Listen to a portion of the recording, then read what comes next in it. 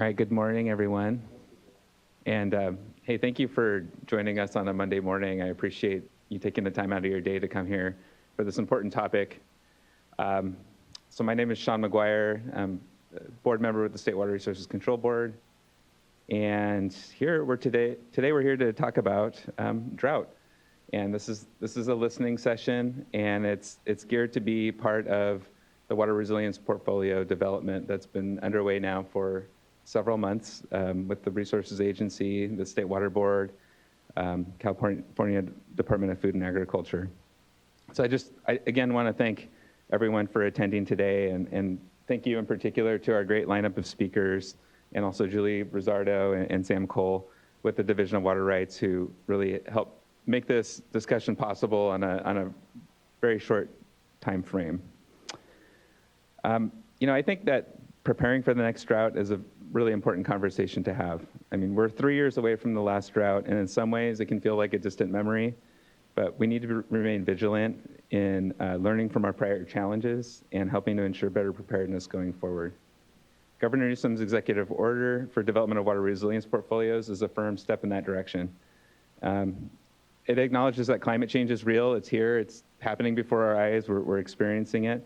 But in many ways, we live in a time of water scarcity, whether or not we have a changing climate. We've seen that, we saw that with the last drought and ones that we've experienced in the past. We have unpredictable hydrology. We now have increased pressures with SGMA, recognition of investments needed to protect our aquatic ecosystems, and communities that still struggle with assuring water certainty, especially in rural areas even today. To be sure, we've taken many important steps towards being better prepared for the next dry spell.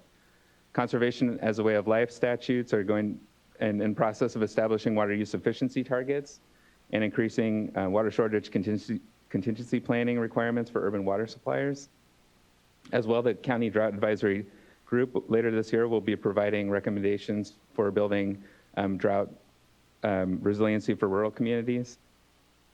And we've made strategic investments through Proposition 1 funding, as well as through local communities that are helping to find new ways to store and reuse water that we weren't taking advantage of 5 or 10 years ago.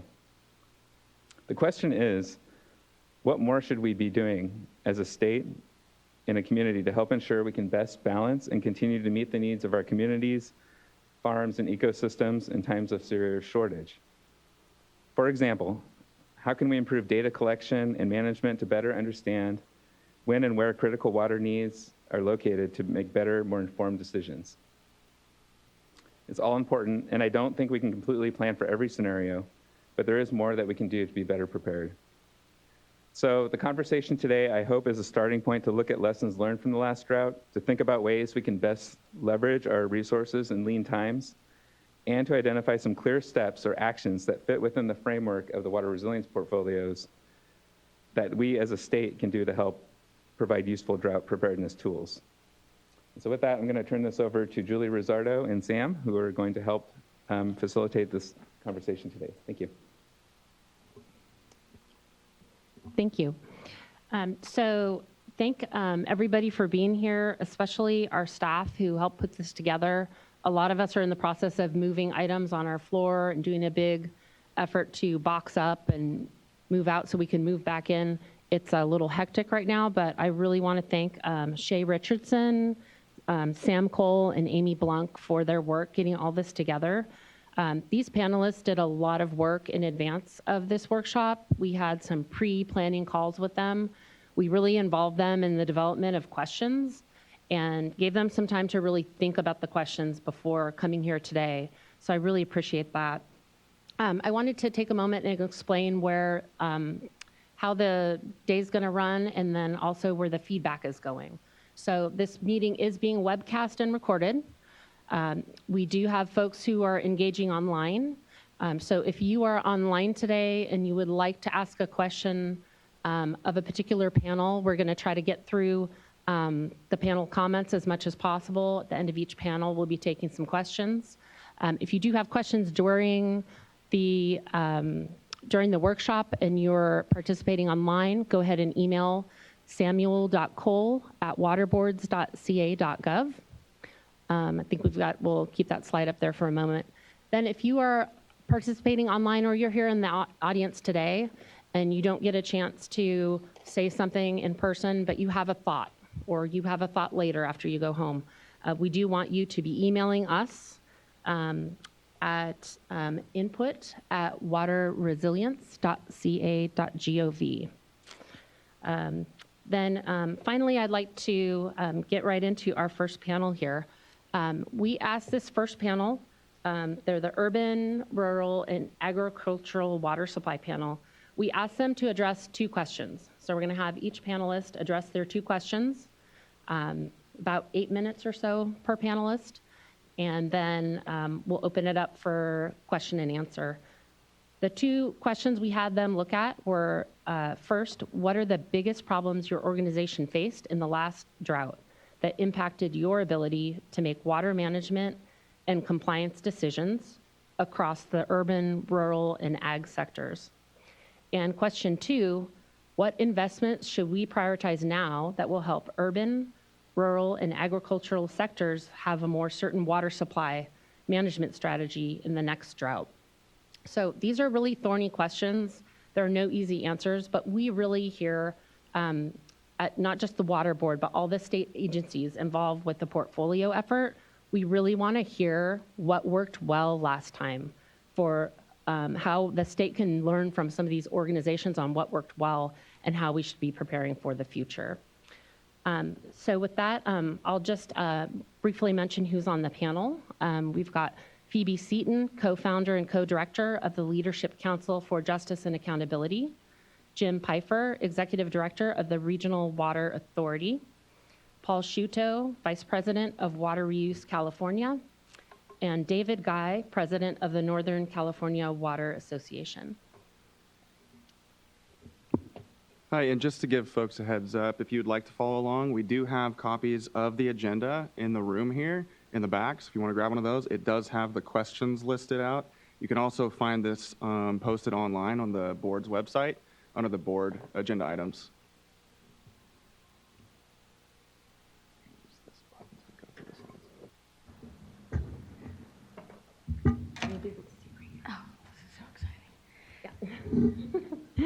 Thanks so much. I'm Phoebe Seaton. I'm with Leadership Council for Justice and Accountability. I just want to start with a brief overview of who we are to kind of set the stage a little bit for what I'm going to talk about. We are a kind of social justice, economic justice, environmental justice advocacy organization based in the San Joaquin Valley and Coachella Valley. Our main office is Fresno, and we're in we also have an office in Bakersfield and in Coachella, and a smaller Sacramento office as well. Our work is all very community driven, and we work in partnership with about 30 neighborhoods and 30 communities in the region, for the most part communities of color, all lower income communities, mostly extremely low income communities who are impacted by a wide range of environmental impacts, of economic impacts, and social impacts. And drought really hit all of those very acutely, and in some ways chronically, which I'll talk about a little bit as well. We use maybe a 3-pronged approach. Sometimes it bleeds into 4 or 5 or 6 prongs, but in general, we work in partnership with community members and do very in-depth community engagement and community-informed decision-making. We do a lot of policy advocacy at the local, regional, and statewide level. And then when necessary, we engage in legal advocacy and litigation with generally with local agencies or against local agencies. But we try to be friendly while we're doing it. And so just kind of the PowerPoint represents some of the real community engaged work we've been doing in SGMA on the Sustainable Groundwater Management Act in the San Joaquin Valley and Coachella Valley. And then there's a kind of a picture of a resident from Cantua Creek. Cantua Creek is Fresno County, kind of in the area of Westland's water district, testifying on the Safe and Affordable Drinking Water Fund. She's also testified on other issues around especially the juncture of land use and water, which is a big component of our work, local governance, local land use planning, and water, a big area of focus, especially in the area of drought and water, kind of water security. So some of the obstacles we faced, the first slide on your left is the community of Matheny Tract. It's the tract in the southern portion and the lower portion of the slide. And what this slide represents is, if you can see, in purple is the city of Tulare, in yellow is an area that was set for annexation by the city of Tulare, and then below that is the community of Matheny Tract that had been in existence since the 40s. First, it was a African American and Caucasian community, and it's become increasingly Latino. So Latino, African American, and still a Caucasian community, very low income. And they had been excluded from the growth of the city of Tulare for the purposes of water. They had also been, for decades and decades, excluded from water service and wastewater service. So the reason that I wanted to include this slide is I think it represents two huge obstacles that we faced, which was just the issue of exclusion, from physical exclusion from sustainable water infrastructure, but also exclusion from government and exclusion from decision-making and exclusion from kind of the decision-making tables and the powers that be, which is just which has been a real fundamental obstacle to water security and preparing for drought throughout California, certainly in the San Joaquin Valley. Again, kind of going to balance of power, one of the prior, I guess, to the drought, or at the very beginning of the drought, the Obama's Reinvestment Act put a lot of money into water infrastructure, which actually did do some support at the outset for drought resilience. All of the new wells that went into the San Joaquin Valley went towards ag supply wells. So Wesselman's Water District, for example, received, I think, money for 15 wells from ARA, and disadvantaged communities throughout the San Joaquin Valley that struggled with unsafe water didn't receive any money from ARA. And that's just an example. So one of the things that we see is that there's, again, because of this kind of exclusion from decision-making tables, that more funds, more support, more resilience went to the ag sector in the San Joaquin Valley than the community sector. Then the kind of fundamentally being without water. If you're in a community and you turn on the tap and you don't have any water, it really limits your capacity to engage and to be part of decision-making tables. You are going to the store to bring water, figuring out where you're going to bathe, trying to find if there's a community center where you can shower, and it makes actually being part of the process virtually impossible. So I guess high level, to sum up, kind of exclusion from actual infrastructure and exclusion from decision-making tables, kind of different access to power and decision-making and different balance of power and prioritization of different sectors, and then just the hardships that communities face and how that creates further obstacles for engagement and regaining some of that power. I'm okay on time. So just that's kind of sets the table for what should we prioritize. Kind of first slide, this represents in the San Joaquin Valley disadvantaged unincorporated communities, which are just what they are. Lower income communities that are not part of cities, and they often align with communities that are at most risk of water insecurity. Economic insecurity, social insecurity as well, but water insecurity. Many of them are reliant on their own water system, one well that's real susceptible to water shortages and water contamination, but many are kind of like Matheny Tract, within a stone's throw, if not the sphere of influence, the planning area of a city or a special district, yet they don't have access to a community water system. And so I think one of the obstacles that we're addressing, but really could do some more work on, is planning and understanding where vulnerabilities are from both a land use perspective, an infrastructure perspective, and a water perspective. There's some really good work happening. I'm most familiar with community water centers work, but I know a lot of other people are working on identifying where kind of water sources are most vulnerable from a supply and quality standpoint.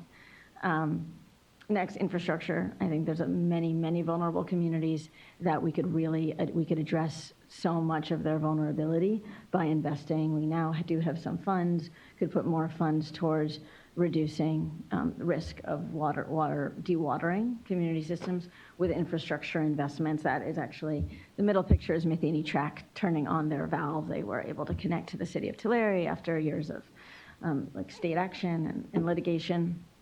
And investing in community engagement and technical assistance is like absolutely critical that we don't exclude and leave behind the communities most vulnerable to exclusion, that the communities that have been excluded. And it takes resources. The State Water Board, other agencies have begun to invest in that. And it's critical. It's a soft cost, but it's fundamental to the success of any drought resiliency program. And that's it.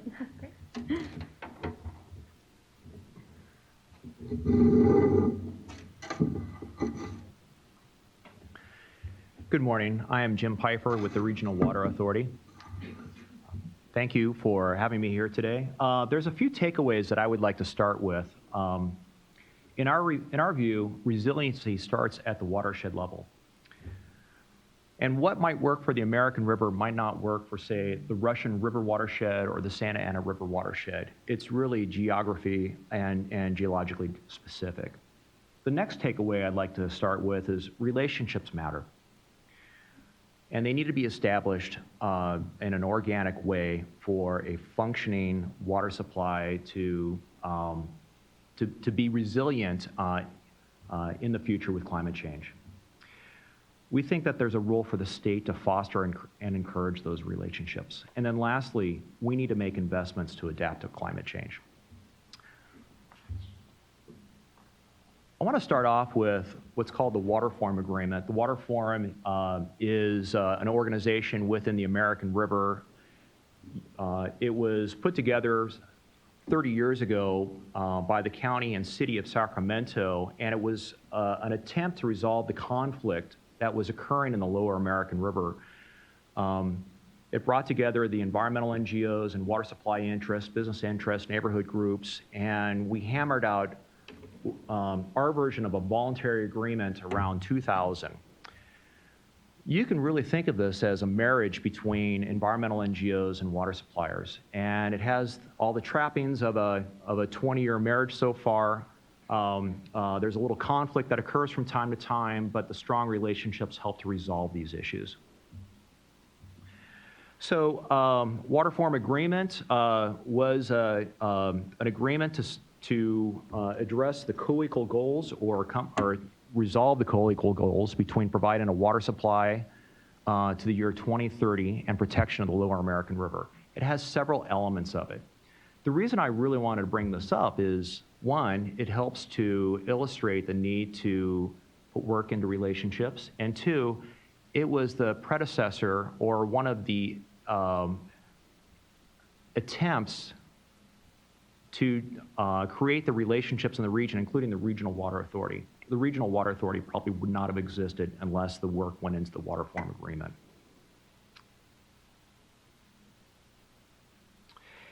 In the Sacramento region, for the RWA, we represent the interest of about 21 water purveyors within the greater Sacramento region. There's about 2 million people in the greater Sacramento region. Our mission is to help our water suppliers get the things they need for drinking water. So I want to talk a little bit about the last drought and our experience with this. In the last drought, around December 2013, we had noticed that Folsom Reservoir was being drained really quickly, and people were alarmed about that. What happened was the RWA and the Water Forum met and started having drought conferences during that time. It was a pretty scary time, and we were projecting that the reservoir would probably go dry by the spring if we didn't have significant rainfall.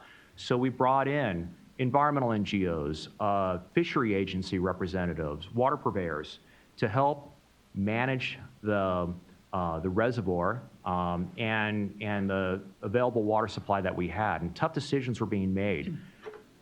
Were you going to have enough water for Steelhead or Fall Run? Was there the possibility of the intakes being daylighted so you couldn't have access to water? It was pretty tough. We had the Bureau of Reclamation there, who is the operator of the reservoir. I think that was successful. Many of the water agencies saw the need to activate their water shortage contingency plans, some a month before the governor declared a drought. If we hadn't had that and we didn't have a nice atmospheric river move into California around February to help fill up the reservoir, I think we would have been in big trouble. So switching gears, how did we cope with that? How do we address compliance issues? The drought regulations and the curtailment of water rights were pretty tough for the region, but we persevered. Part of that was the planning that the water agencies did, but again, it was the collaboration amongst the agencies. There was one agency that was cut off from their surface water rights, and they needed to find another water supply, and they were able to do that in short order. My colleague David Guy and I were chatting in 2014, and we were talking about the river levels, and he was interested in knowing how the city of Sacramento was doing. My former employer was the city of Sacramento, and at the time, I was representing the city of Sacramento and chatting with David, and we had said that the river levels were getting too low. And David helped to address that by organizing within the Sacramento Valley a means to moderate the amount of water which was being used for agricultural purposes. That was really helpful, and that's another example of where relationships matter. So we have a graph here. This region came through with flying colors. We represent 5% of the state, but we reduced our demands, and we saved 12% of the water that was saved statewide.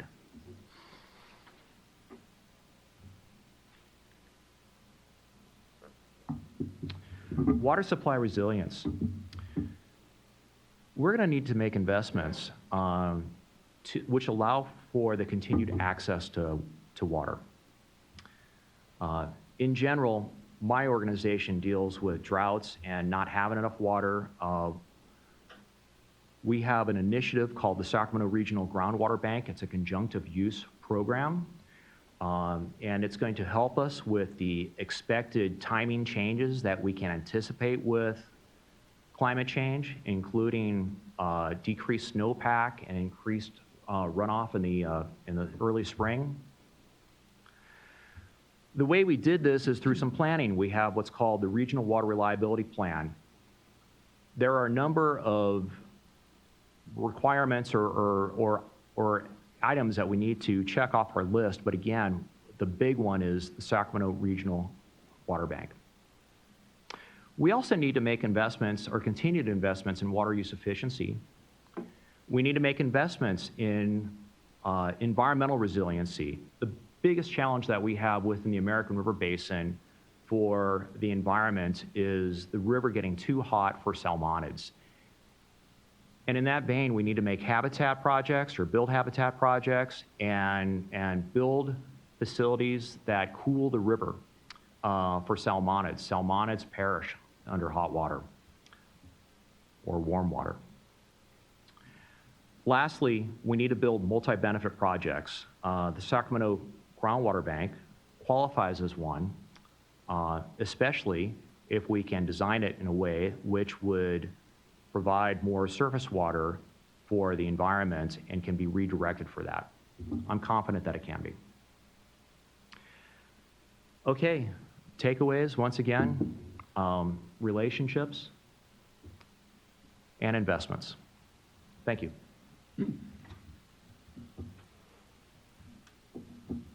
Thanks, Jim. So my name is Paul Shudo, and I'm here representing Water Reuse California. I'm their vice president. I'm also the general manager of Monterey One Water, so some of my examples may be centric to Monterey.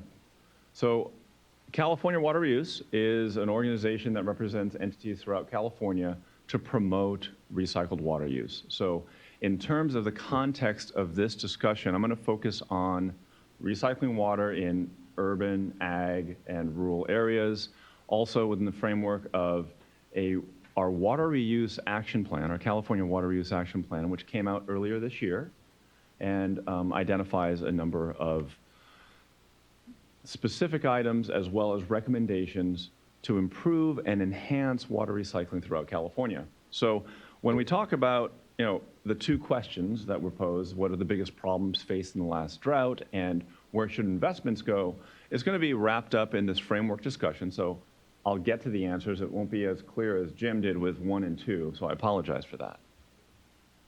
So within the Water Reuse Action Plan, like I said, there were 4 primary areas. This one looks a little busy, I understand that, but it is to complete research to advance water recycling and potable reuse.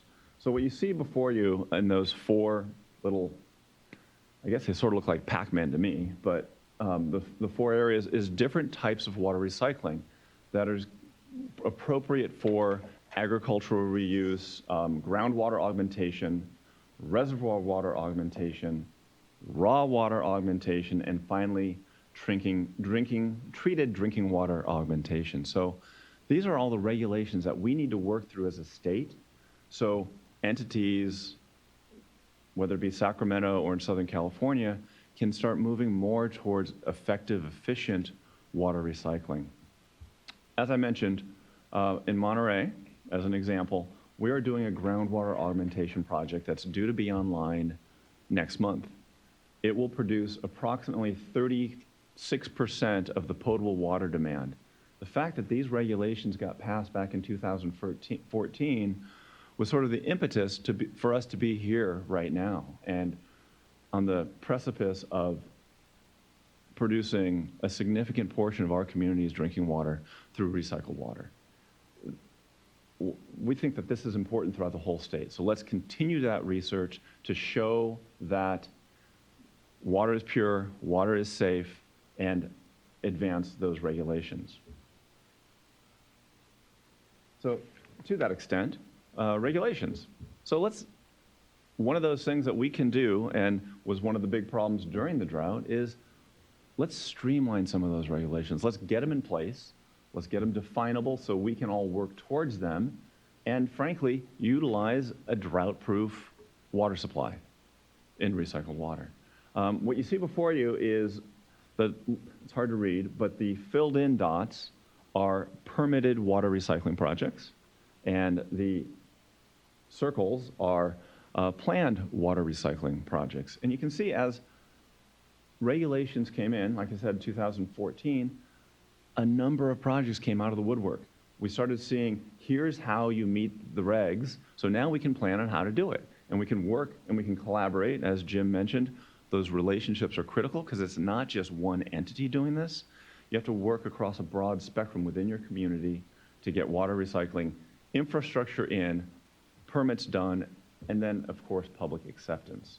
So we certainly feel that adoption of regulations is the catalyst for all these projects and future projects as we move forward.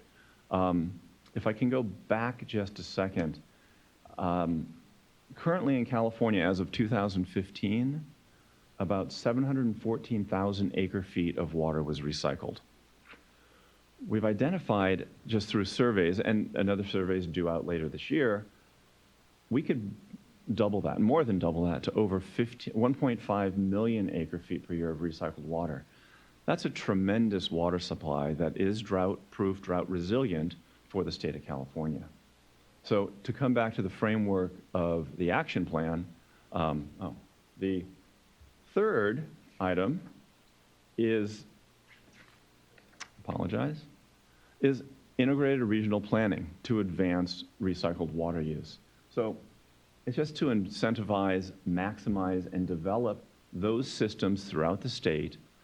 And frankly, I'll use a Monterey example or the Orange County example. It's a regional solution, and we get that. But it can be replicated throughout the state with the unique drivers of each of our communities. So to incentivize innovative water exchange agreements between areas, to increase local collaboration, as Jim mentioned, to maximize recycled water use, particularly in coastal areas. Oftentimes in coastal areas, we're not connected to the state water supply project or the federal water supply project. And the more we can use, the less discharge there is to our coastal resources. Obviously, with Sigma in mind, maximizing recycled water use where groundwater basins are overdrafted. Monterey, very close to the critically overdrafted Salinas Basin, which is the salad bowl of the country. We're working hand in hand with that, with the ag community there, to increase recycled water production for agricultural irrigation on cooked and uncooked food crops. Once again, that nexus to safety and comfort for all the citizens within California. And then certainly incentivize innovation in water and wastewater treatment and recycled water infrastructure. So in total, I guess it does come back to that communication, collaboration, whether it be the communities or our end customers, making sure that everyone's comfortable. So the last question hit a key point within the Water Reuse Action Plan, which is where should we put our investments? So certainly in the context of water recycling, we look for increased grant and loan opportunities to expand water recycling infrastructure. So what you see up here is SRF bonding by state. And we often hear that California is the 5th largest economy in the world, et cetera, et cetera. But you look at this, and we are 9th in the country in terms of SRF funding. So we certainly feel that there are opportunities to increase the amount of funding available for water recycling, because this is a water supply that can go on in the future, is resilient, and is sustainable. And frankly, as more population moves into California, there's more resources there to use. So leverage more funding through the state revolving fund, pass potentially new water bonds with grant funding to sort of push some of those projects across the finish line and make them sustainable for the future. And then it would be wonderful to streamline some of the permitting process of the state revolving fund. As many of us know, it is a valuable tool for all of us, but it can be somewhat cumbersome, particularly in trying to get projects done in short order. With that, I will pass it on to David. All right, thank you. Good morning, everybody. How's everybody doing? All right. Well, hey, I just first want to thank Sean for kind of convening this, working with Sam, Julie, and of course, Joaquin's here, Erika, Ekdahl, folks that we've spent a lot of time thinking about droughts with over the last some years. So thank you guys for having this session. We truly appreciate it. I represent the Northern California Water Association. We represent the water suppliers and local governments in the Sacramento River Basin, so Sacramento North towards Redding, with the Sierra Nevada on the east, Coast Range on the west, and a little bit of the Cascade in the upper part of the valley as well. Sean, I must say, when you and Sam and I talked about doing this, I probably should not be speaking here today, because some years ago, Bryce Lundberg, who's the chairman of my board, and many of you know Bryce, has a wonderful personality. We had a drought planning session in early 2013 up at Bryce's place, and we convened a lot of the leaders in the region, and it was a wonderful day. It was raining like crazy. You guys may remember that day, and we had this drought planning session, and then it never rained for the next 2 years. So Bryce basically told me, he put a moratorium. He said, do not talk about drought ever again. He says it just doesn't work. So with that said, he allowed me to make an exception for this, but we do remember those days. And the bottom line is we have spent a lot of time talking about drought since that time, and look forward to more of those conversations with a lot of folks around the room here. So I'm going to touch on first kind of what we learned in 2014 and 15, kind of the first question. And the bottom line is I think the state water board system worked in 2014 and 15. It was painful. Look at these numbers. That's the percent of reduction in water supply. There's a lot of zeros on that chart. And Some of those areas, folks had access to other water supplies, perhaps groundwater, whatever, but there's a lot of areas there where folks just flat out did not have access to water. So I think we just need to acknowledge that droughts are painful for everybody, and that, of course, that affects cities, that affects farms, that affects national wildlife refuges, that affects fish. It really affected everybody. So it was a painful process, but I give the Water Board a lot of credit. We spent a lot of time working with Tom Howard, with Michael Laufer, with John O'Hagan in the day, and Mark Van Camp and Ann Williams are here today from MBK. We were over here every week just grinding away. It was hard work, and I think that's the thing that we learned. But we made it work, and like everything, you kind of get through it. We did learn some things, and I'll just touch on 4 things that I guess I would kind of offer as kind of some unsolicited advice to the Water Board and ways we can maybe do things different in the future. The first is I really think a focus on multi-benefit water management. The Water Board, of course, its charge is to protect all beneficial uses. It felt to us a lot during the drought that the Water Board was really focused on fish, sometimes at the expense of other species, sometimes at the expense of other things, and there was a better way of doing it through a multi-benefit dynamic, and again, in our view, that's the charge of the Water Board, that's what we focus on, and so we think there's a pretty nice marriage there as we look to the future. Second thing is timing. I know this is going to sound counterintuitive to some folks, and Mark's going to laugh when I say this, but there were times when we were asking the Water Board to get a curtailment notice out, get it out, you've got to get these things out in advance. Because people have to make life decisions around their water availability. We thought the Water Board was a little slow, quite honestly, at times, and that's not a criticism so much as just a practical effect. And there were times when we were saying, get the notice out, get at least a warning out, and then be ready with a follow-up notice. So I think there's some value in the timing of this. And of course, that just means you have to prepare, which is obviously why we're here today, and that's why we appreciate this forum. Third piece, a lot of decisions were made around the so-called water availability analysis that was being conducted by the Water Board. They were using data that was really never intended for that purpose. Again, I got to commend the Water Board. John O'Hagan and team over there did an amazing job of working through it. But that water availability analysis can be better, and I think that's what we want to work with your staff on, and Mark and Ann and the team over there, I know are ready to do that and keep working with you on that to make that better. I think the better analysis we have, obviously, the better decisions and the better timing we can make on curtailments. And then finally, there was one little place in the Sacramento River Basin that we were not happy with the way it went, and that was up the 3 creeks up in the northern part of the valley, Deer, Mill, and Antelope. In our view, the Water Board did not handle that well. They did these waste and unreasonable use notices. They didn't go spend any time up there. They didn't understand the dynamic. And as a result, that's now being litigated. We think there's a better way to do it. We think there's some new opportunities up on those creeks right now to do things differently. And again, that's largely focused on spring run, but there's also obviously a vibrant agricultural community there as well. And we think there's some ways that we can do that to avoid that in the future. But they did not follow the priority process there, and I think it did not help the dynamic. So those are at least kind of my 4 quick thoughts. As we look forward at kind of what we can do through the resilience portfolio particularly, I would love to talk about all these today. I'm not going to. I want to touch on a couple of them. We do have some materials in the back on the table for those of you who are here, and be happy to send it to anybody who's listening online. That basically some of our thoughts on a water resilience portfolio. We've been having a lot of conversations, and so they're kind of described in some detail in that. But I guess I'd just touch on kind of 4 infrastructure pieces that I think we can all kind of work on together and would be really helpful. Phoebe obviously talked eloquently about the drinking water dynamic. In our part of the world, we have about 3 areas. We have 2 communities and a school that are still on the State Water Board's Human Right to Water list.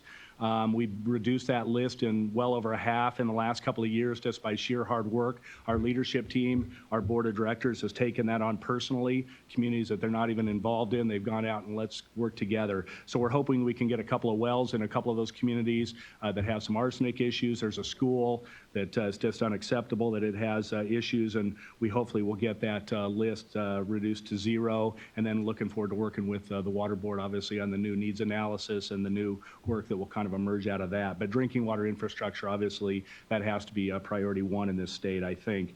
The second is natural infrastructure. A lot of opportunities here, a lot of excitement around natural infrastructure. That to us largely focuses on floodplain reactivation. We've given presentations to the Water Board on this with our partnership group in the last 6 months and elsewhere. Just a lot of energy around floodplain reactivation. I think that's got a really promising feature for fish and wildlife. Public safety obviously has to be priority one, but we can do a lot of really neat things through natural infrastructure. Jim Pfeiffer talked a lot about groundwater recharge, obviously a lot of effort there, something that can really, I think, help with the sigma dynamic that everybody knows is going to be challenging in this state. And then obviously the forest health is an important piece of that as well. 21st century infrastructure, as we like to think of it, kind of the modern, we think of sites reservoir in that context. And again, I go back to the mindset in 2015 when we were all just working our tail off to try to find water supplies. You'd have had about 500,000 acre-feet of water available in Sites Reservoir. It's an off-stream reservoir on the west side of the Sacramento Valley. There would have been about 500,000 acre-feet of water available for multiple benefits. Could have been used for the refuges, could have been used for fish, pulse flows, could have been used for cities, rural communities, whatever it might be. And I just think that's the kind of reservoir that we should be looking at in California. It's kind of a modern form of infrastructure. And then the piece that I really want to kind of get some conversation going on around is this concept of ecosystem water budgets. And I see Ellen Hannock here. I think the work that PPIC has done around ecosystem water budgets, very thoughtful, very insightful, and we're just trying to learn from some of that. There's a lot of other academic writing that's going on in that area.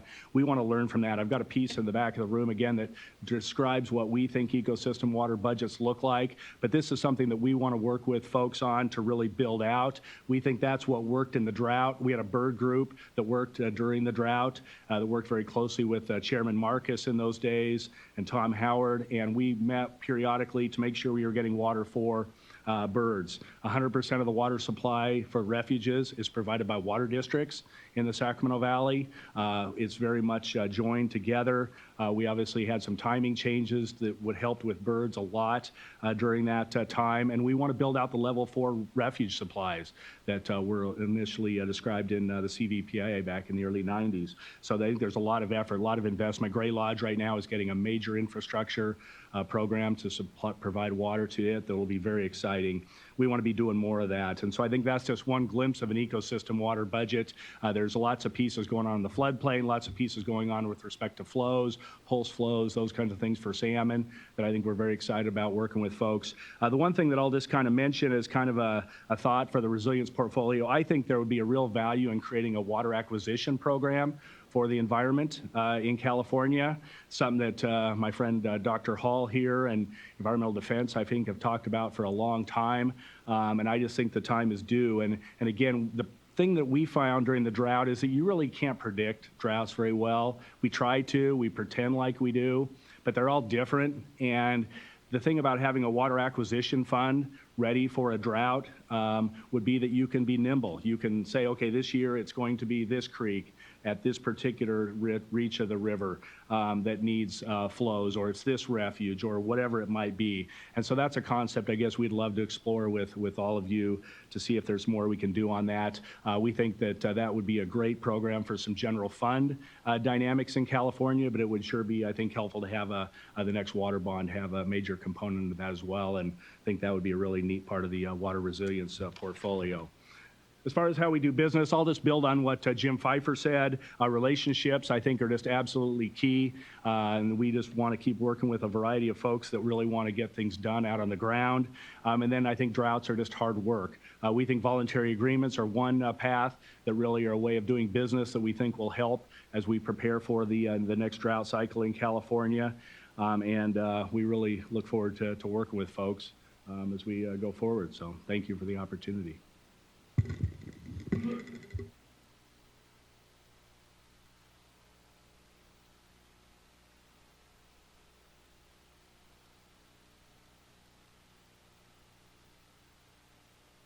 All right, so we are ready to take questions from the audience, and we do, just as a reminder here, do speak into the microphone. Do let us know your name and the organization that you're with.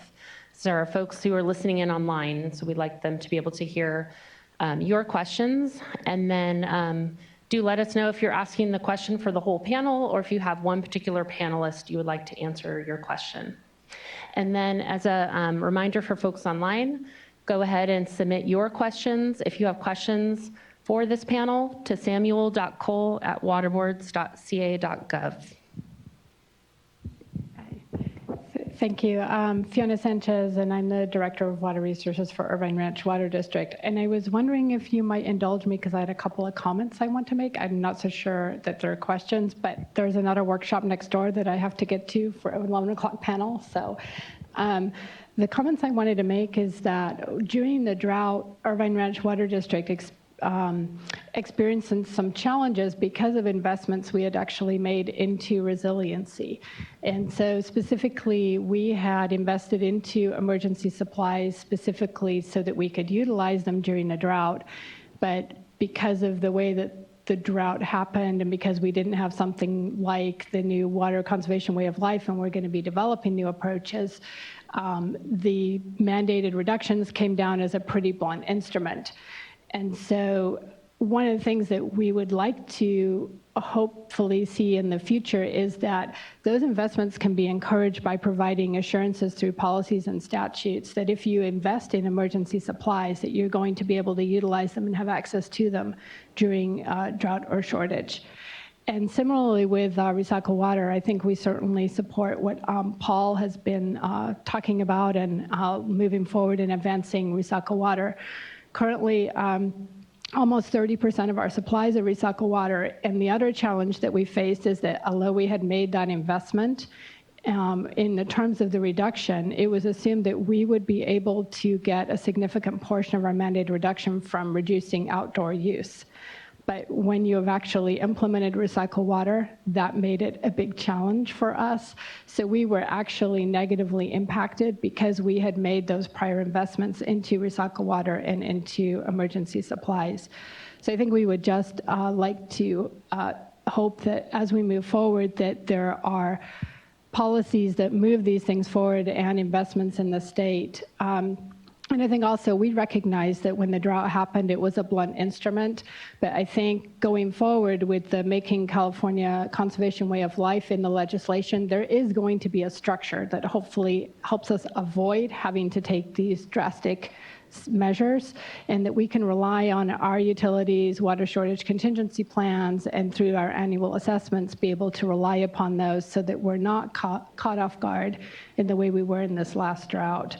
So I guess I'm going to apologize that I'm not asking specific questions, but we did have some comments and input, and I'm trying to get to a panel that I need to support at 11 o'clock.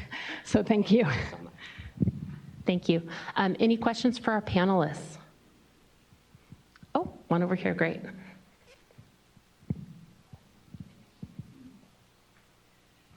I just wanted to say with respect to the recent drought that if you looked at the regional patterns of drought, just before we'd had a once in a 1,000-year drought in New Mexico and a once in a 1,000-year drought in Texas.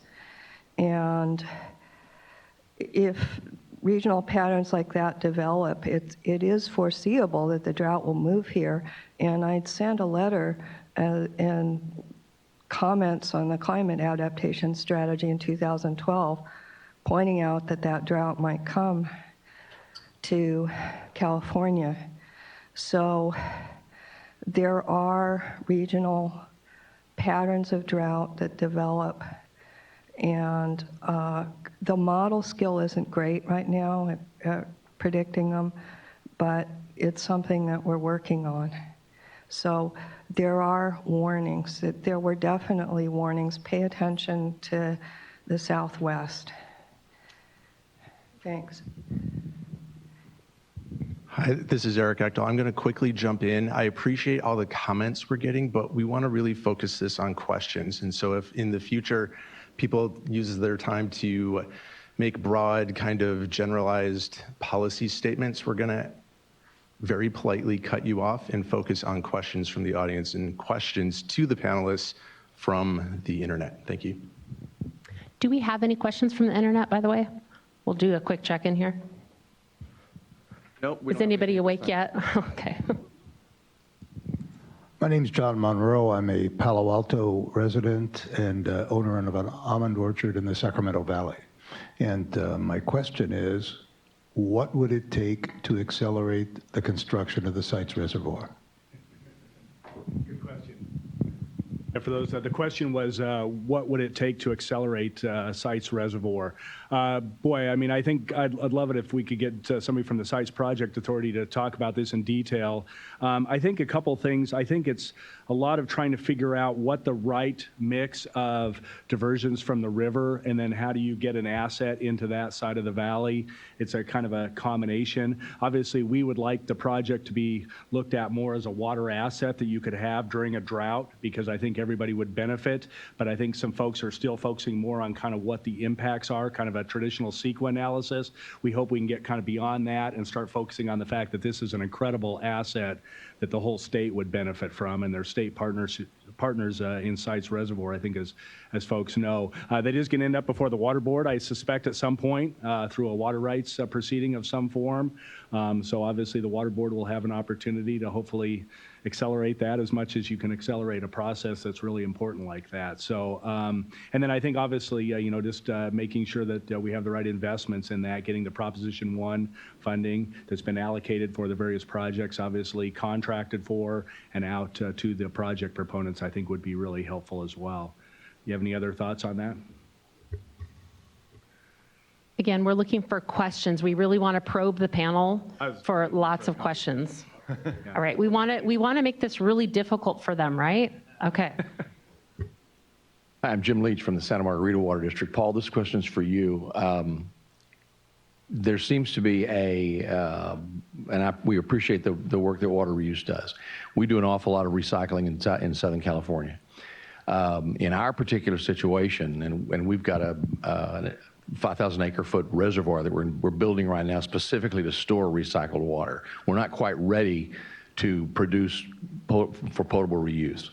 Is there an emphasis in what Water Reuse is doing to look a little more closely at the credit that we could get against the regulations for water that would simply take irrigation out of the picture? That's what Fiona Sanchez mentioned that as far as IRWD was concerned. We're in sort of that same boat going forward. Well, as Julie mentioned, it's early still, so I'm not so sure. I haven't had my second coffee yet. Yeah, Jim, thank you for that question. That's great. I think Water Reuse is entirely engaged in that conversation, particularly when it comes to, as Fiona mentioned, the credits due to recycled water use and outdoor irrigation and how some of those mandates come down from the state. If I can go to those numbers I mentioned where we're at about 714,000 acre feet and we're expanding, part of that absolutely is planned non-potable projects. And those projects absolutely benefit because then the irrigated water frees up potable water, however it may be. So it is looked at in the totality of water supply for the community. In terms of a benefit for that 5,000 acre foot storage and then recycled irrigation water, we have been engaged with legislation currently and in the future about how do you adjust those credits appropriately to help our legislators as well as our regulators understand the benefit. Sometimes you're right, it's sort of an art less than a science of like, hey, I think it's a 1.1, I think it's a 1.3 factor. But that is absolutely on people's minds, and our ledge committee, that's front and center with them as well. Does that answer your question? Okay. Hi, good morning. Thank you for your presentations. My name is Charlotte Ely. I work for the State Water Resources Control Board. And I have a question for Phoebe, Paul, and David. This is a panel about preparing for drought, and only Jim mentioned water efficiency. So what is the role that the three of you who did not mention water efficiency, what role do you see that it could play in preparing communities for drought?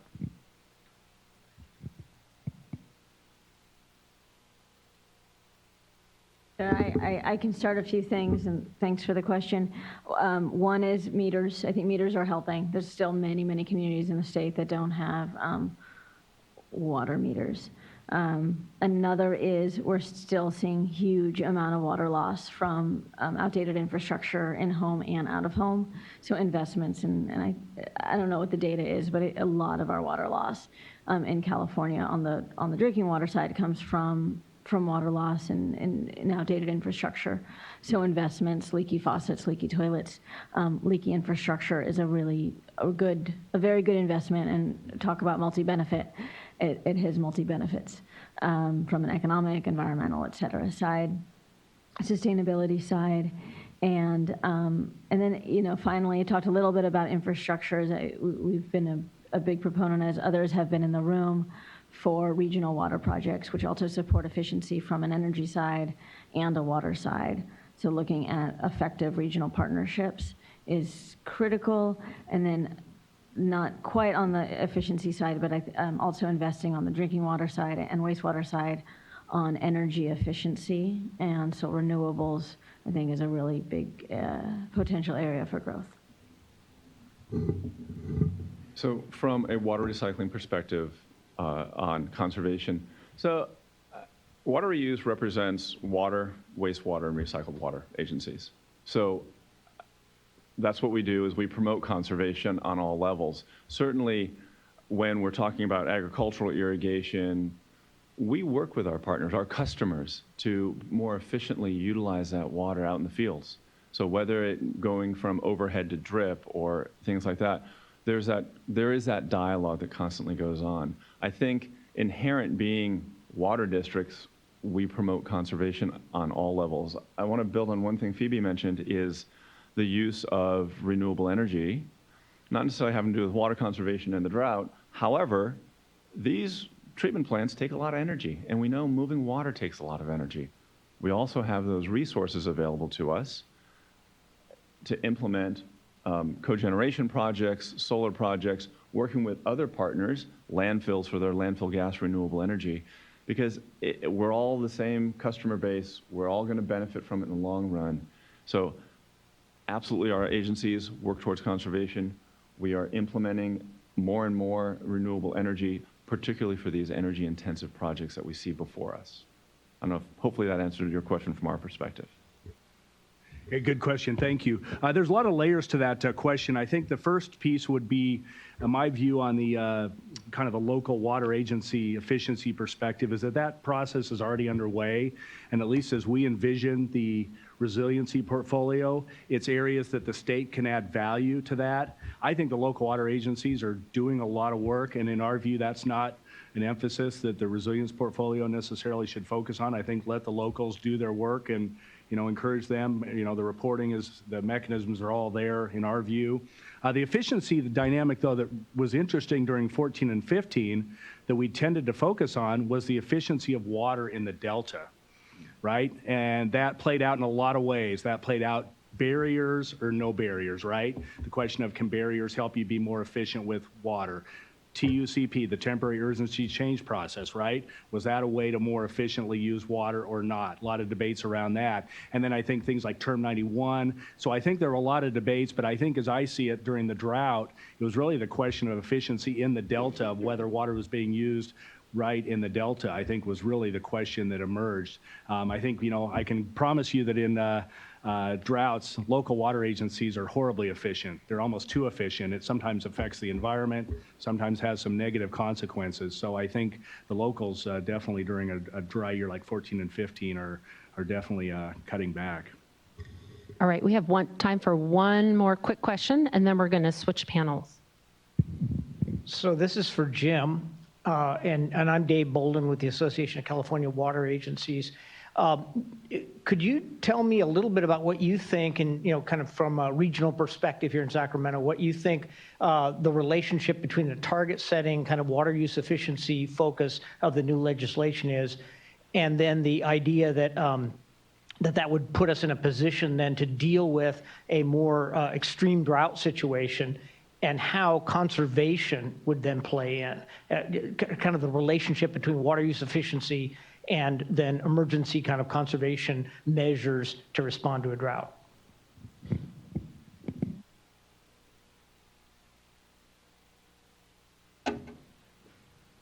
Yeah, so there's a few points I want to make about that. One is water use efficiency and water conservation, very important mechanisms, but they won't be able to solve water supply challenges in and of themselves. We have to make sure that we build sufficient water supply, or the access to water supply and the infrastructure for that.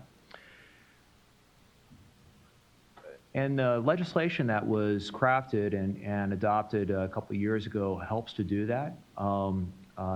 It clarifies the planning requirements. Fiona had talked about this earlier, to make sure that we are allowed to utilize the water supplies that we make available or build or construct. The legislation attempts to achieve those things and settles those questions about not being able to utilize that water supply. In terms of the target setting process, I think that was a helpful process to squeeze out efficiency and define that as a benchmark, but not to increase that unnecessarily. Agencies are still able to declare water shortages. The legislation clarifies that, brings that forward a little bit more, and that is allowed to be used as a tool to address water supply shortages. I want to separate those two. One is in the bucket of water use efficiency. That is a mechanism which in and of itself doesn't address droughts, water supply shortages, and the ability to have agencies declare that and require or request your citizens or water users to use more water. Different water supply strategy, and that was something that was put in place before the legislation through the Urban Water Management Planning Act, and continues to be put in place.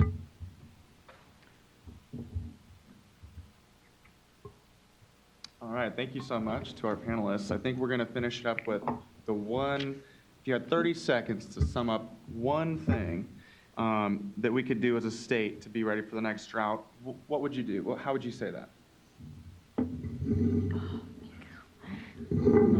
I think just fundamentally is committing to kind of in a very inclusive process where we are focusing on the most vulnerable communities. I do get a little bit kind of worried when we start talking more and more about voluntary agreements, et cetera, because the folks who are least able to engage are least going to be able to engage. So making sure that we're creating a table that we can all participate and the most vulnerable communities can participate, so we can all be prepared.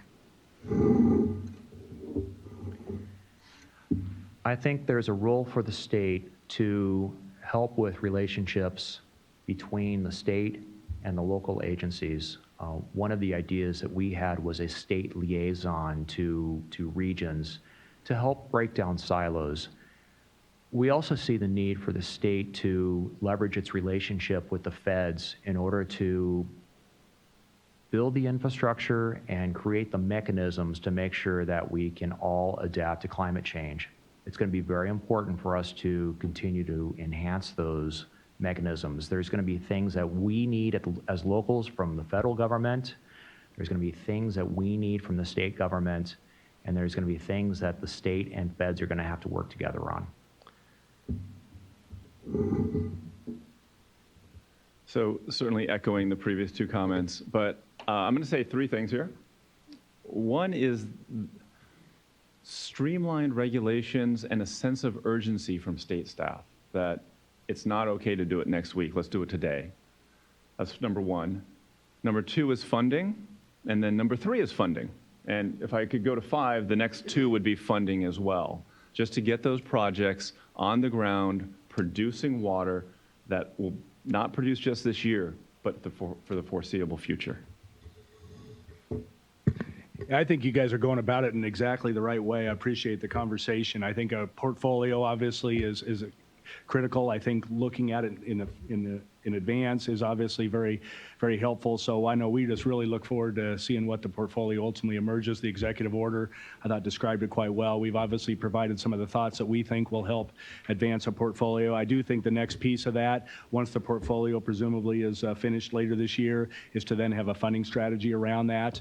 We think general fund opportunities present itself for some of this, and if there's coalitions that emerge, I think that could be really effective in doing some things as part of the resiliency portfolio. And then I think we look forward to working with folks on if there's going to be another general obligation bond in California. Are there some things that we can work on together in that? Excellent. Thank you, everyone. Let's give a round of applause to our first panel, Urban, Rural, and Agricultural Water Supplies.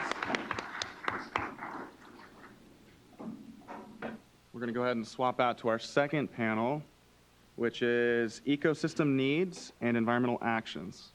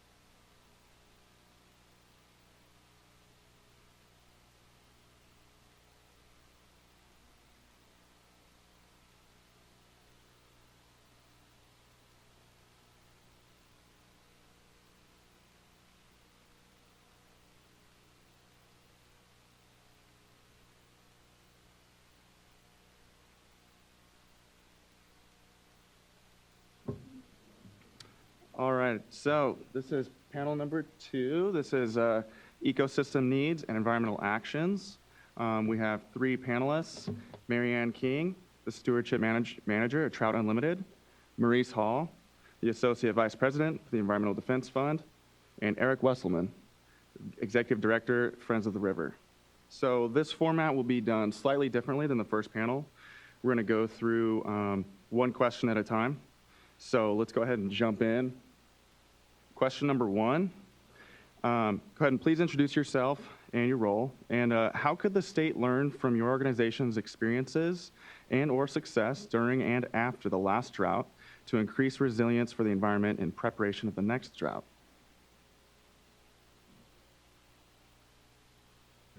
Oh, there we go. Green light. Thanks for having me. My name is Marianne King. I work for Drought Unlimited. I am director of our California Water Project, and TU is a national nonprofit organization that focuses on restoring North America's trout and salmon and their watersheds. The focus on my work and the team that I work with is on improving flow for salmon and steelhead in coastal California streams. So probably what I'm going to talk about is going to be a little more localized and a little bit more focused than what Maurice and Eric are going to speak to. The bulk of my work happens in coastal streams and in tributaries that are pretty small. In a lot of these creeks, water use tends to be pretty decentralized. So folks are pulling from the creek using pumps. They're not necessarily relying on big water districts or irrigation districts or big water agencies. In a lot of these places, folks have an issue with water reliability on their own. And also, because of that, because these creeks are pretty small, water diversions can have a big impact on salmon and steelhead. The converse is also true, or the flip of that is that if we can figure out some solutions with water users, using small amounts of water, we have an opportunity to influence and affect the survival of juvenile salmon and steelhead. So I focus primarily, along with a ton of other partners, on working with water users, residential users, farmers, sometimes summer camps, and agencies to basically figure out creative solutions to put water back in creeks. And it takes a lot of different forms: water conservation, reducing irrigated turf and lawns in some cases, more efficient irrigation and soil moisture probes, reducing diversion rates during the summer, switching the timing that diversion occurs to the winter, but through the use of small tanks and ag ponds so that folks can then use that water supply to offset their summer diversion. And things like changing points of diversion and source switches and roof water harvesting, releases of water, which I'll speak to in a bit. We weigh in a bit on the regulatory and permitting context as well. So I want to talk a little bit about how those played out in the Russian River, which is primarily where I work during the drought, since we're focusing on the drought here. So the Russian River tributaries, 4 of them in particular, received a lot of attention during the last drought. And there were carrots and there were sticks all over the place. The Water Board played a big role in that. There were emergency regulations to protect fish. There was an informational order that went out to residents in critical reaches to basically gather more information about surface and groundwater use that went beyond traditional water right reporting.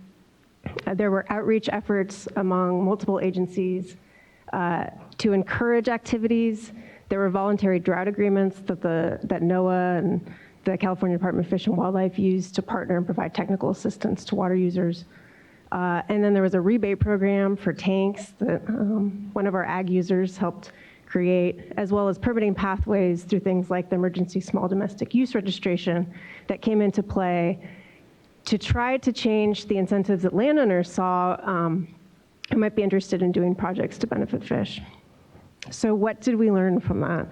I think my biggest takeaway was that the drought focuses interest, and it focuses attention, and it focuses activity, and it's really hard to maintain that focus after the drought is over. And so in this case, we saw a tremendous flurry of activity. And for example, we were able to work with one small water district and a bunch of farmers who were willing to basically donate water to the creek, and were able to implement flow releases. And the nonprofit groups on the ground, through the Russian River Water Resources Partnership, and the agencies came together to figure out the water right permitting pathways that needed to be done, to figure out the funding sources to get small infrastructure improvements in place. All of the pieces came together. And so we had this sort of ad hoc, really focused attention to enable these projects to occur. The small domestic use, emergency small domestic use registration came into place. And as the drought ended, we turned back to those water users and asked if they'd be willing to continue that activity. And they all said yes, but it's actually been much harder to do now that the drought is over. Those permitting pathways through the emergency small domestic use registration are gone. The CEQA exemption that we had through the governor's order is gone. The small pots of money that were available to enable really quick changes instead of things at the time scale of grant programs, those small pots of money were gone. Basically the drought, a lot of the tools that existed for the drought disappeared. So my takeaway is that we need to figure out how to hang on to the things that worked and keep them and enable them to occur after the drought, because the things that we're doing to enable water users to get through the dry season and to get through the drought are the things that are going to help us in the long term and the things that are going to help us in the next drought.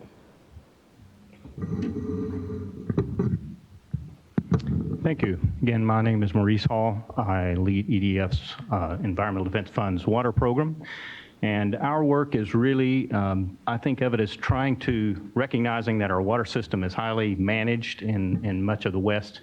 Our work is focused on how do we build environmental needs into the everyday management of water. And that means that a lot of our work is with other water users that are doing things, trying to make their water supplies better.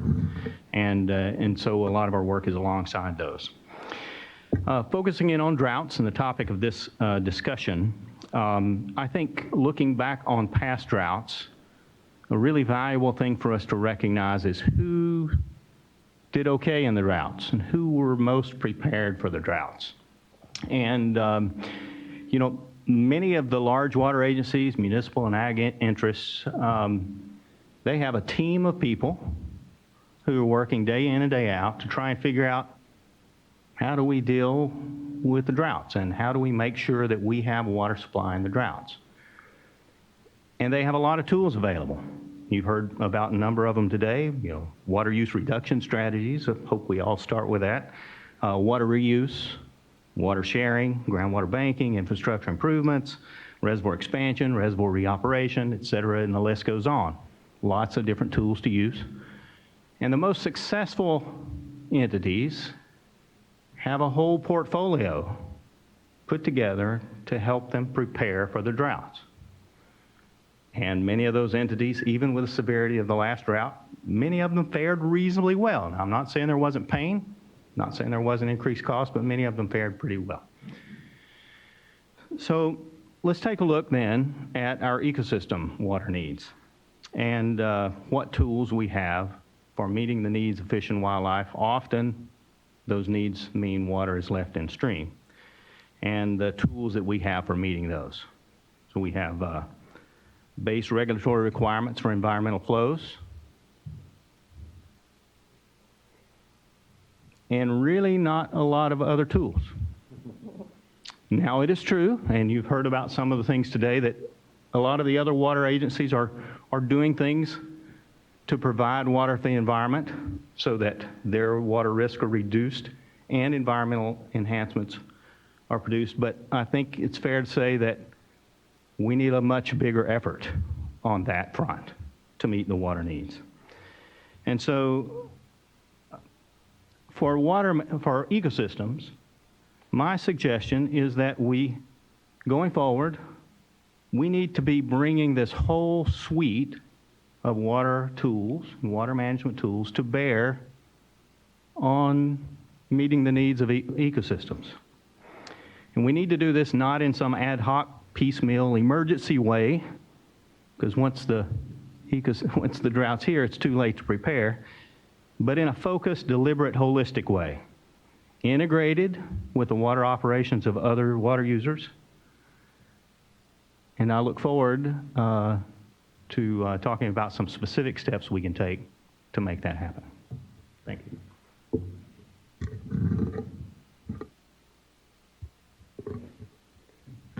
Okay, so I'm Erika Wesselman, Executive Director at Friends of the River.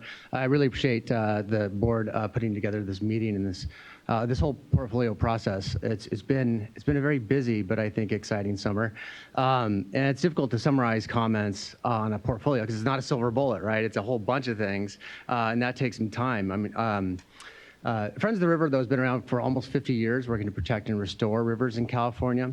At the same time, working to advance and promote a sustainable, innovative, modern water solutions that can help meet our water needs while allowing us to protect and restore rivers at the same time, right? So over the summer, we really jumped in with both feet on the portfolio because this is our opportunity. This is a great opportunity to really modernize and advance kind of our water planning and our management in the state of California for multiple benefits. And we participated or led 4 different processes, and one I was really excited about was related to the principle in the executive order on embracing emerging and innovative water technologies. So for that effort, we reached out and talked and interviewed more than 150 different stakeholders from academia and the private sector, water agencies, folks in the ag sector. And then we had a workshop in August with about half of them to actually start to sit down and craft substantive recommendations for what would go into a portfolio. And then we submitted 19 of them in about 25 pages of written recommendations. And the vast majority of folks have already signed on to this, so it's broadly supported, not just by the private sector, but by a whole wide array of stakeholders that were involved in that process. And I'll come back to that in later remarks about the opportunities for embracing innovative approaches. Experiences from the last drought. I think on the success side, the mandate. Mandate's sort of a scary word for some folks, but I think it worked. It played a major role in helping the state reduce water demand to get us through some very dry years. It was tough, right? It was challenging, but I don't think that was because of the mandate, but maybe because it was hastily done. It had to be done in a crisis urgency environment. And so I think that led to some of the pain that then the board worked hard to fix over time and improve. And we've got some good lessons learned there. Another was the Interagency Task Force for the drought, right? So we're looking to start to have regular interactions and coordination between multiple agencies at the state level with some public engagement from stakeholders as well. And I think that provides an example, kind of a basis that we can build on through the portfolio approach in the future as well and expand on. On the flip side, I don't think the state was sufficiently prepared for that drought, and we can expect more of them, of course, and we can expect them to be longer and more severe. And we've got to gear up. I think the ecosystem took a major hit. Everyone took a hit, but the ecosystem wasn't getting its water allocation or supply to start with. And so it was already in a state of perpetual human-induced drought. And many ecosystems suffered even more during the very dry years. And then the state granted several temporary urgency changes, of course, voided about 35 or more environmental flow standards. And so that was a real significant impact. And so basically creating water quality standards on the fly. And maybe there's a way looking forward to do that in advance.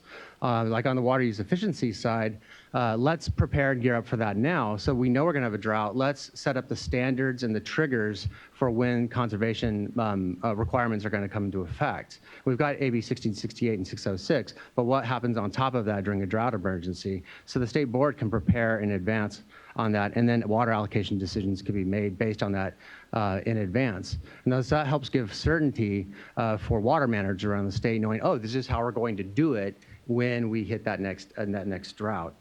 And then the key is to ensure, though, that the state board provides that backdrop, that bench, the backstop for ecosystem resiliency by ensuring that we have the adequate in-stream flow standards in place that are going to work. Because we saw during the drought that even during dry year standards, some of them went out the window, right? And the ecosystem suffered, and the public trust resources suffered greatly as a result. So we could be setting those standards now, at the same time determining how much we need to meet the water needs of disadvantaged communities, which is critical. And then that allows water managers, again, to figure out, okay, well, this is what we need. This is what we need to plan for.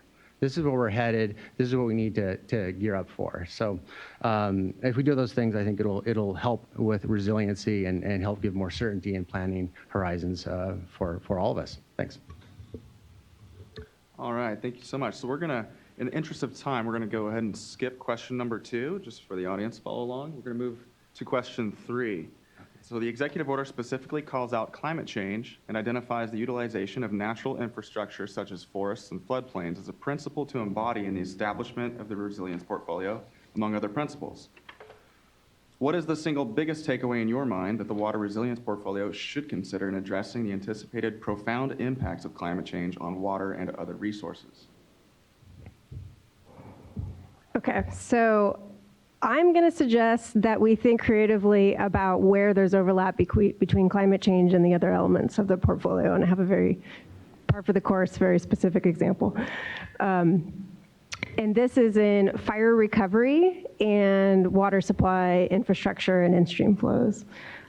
So we have a case most recently in Mark-West Creek, which was subject to the Tubbs fire, the 2017 Tubbs fire and the Sonoma County complex fires that burned pretty significantly. And so we have a lot of residents in Sonoma County that are in the process of rebuilding and thinking about their water infrastructure and how they're going to divert from creeks and pull their water out of the ground, possibly thinking about roof water harvesting. But they're replacing their diversion infrastructure as we speak and planning for that. We also have a creek that's listed on the California Water Action Plan as one of the 5 tributaries to focus on stream flow enhancement for salmon and trout. And so what I'm suggesting is that we think really creatively about how we combine those two things. what I found as a sort of practitioner is that one of the hardest things to do is to go to somebody and ask them to change their behavior when they have something that works. And in this case, not everybody will be interested, but there may be an opportunity as folks are considering how they want to rebuild to insert water management changes that benefit both them and trout and salmon into that calculation. I think what that takes is considering the incentives and disincentives that those landowners face. I think it takes thinking about the permitting pathways that are ahead of them, how many permits they need, and how difficult it is. But I think it presents an opportunity to think about fire preparedness in the future, the ability of water for fire protection, and also rebuilding possibly in a way that allows for consideration of our endangered species into the fire rebuild process. So that's my suggestion.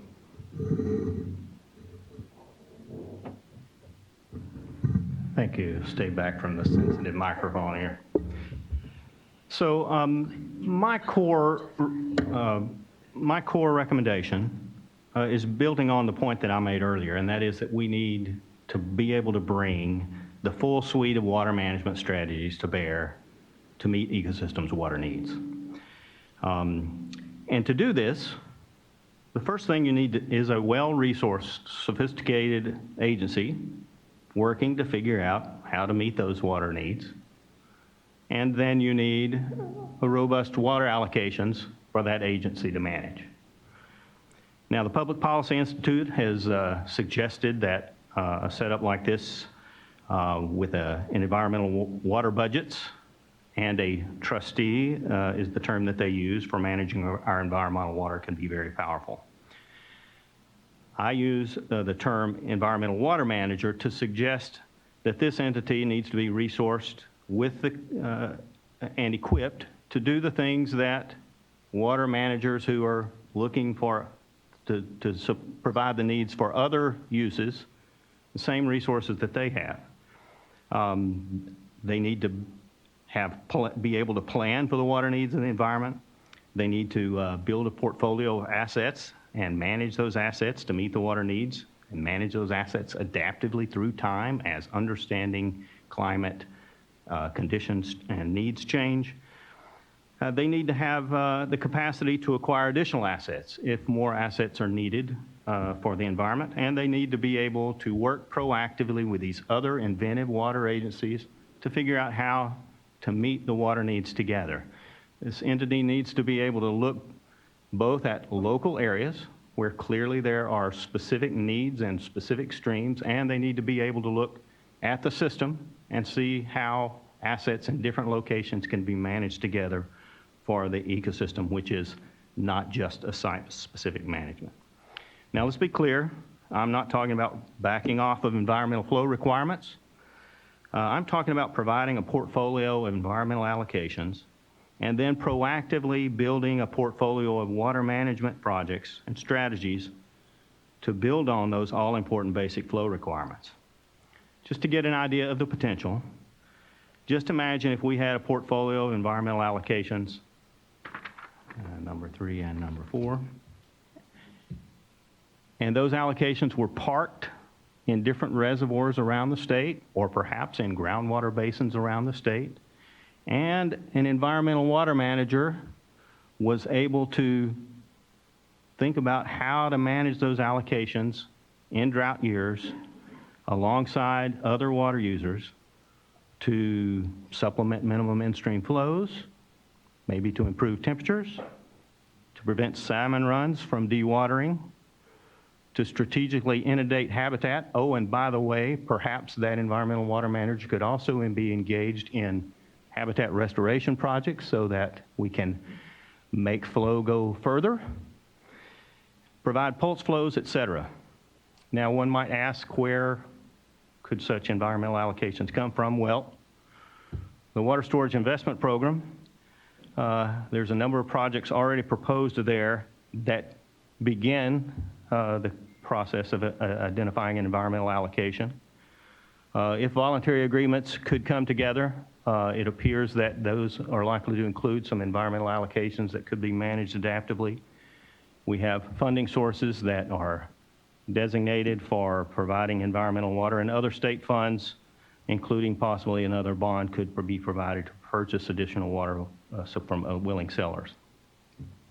So my suggestion is we need to put together an environmental water manager and the allocations that manager can manage so that we can bring the amazing suite of tools that have been talked about earlier today and that are mentioned in other contexts in the resilience portfolio, bring those to bear fully in a sophisticated way to meet environmental needs going forward.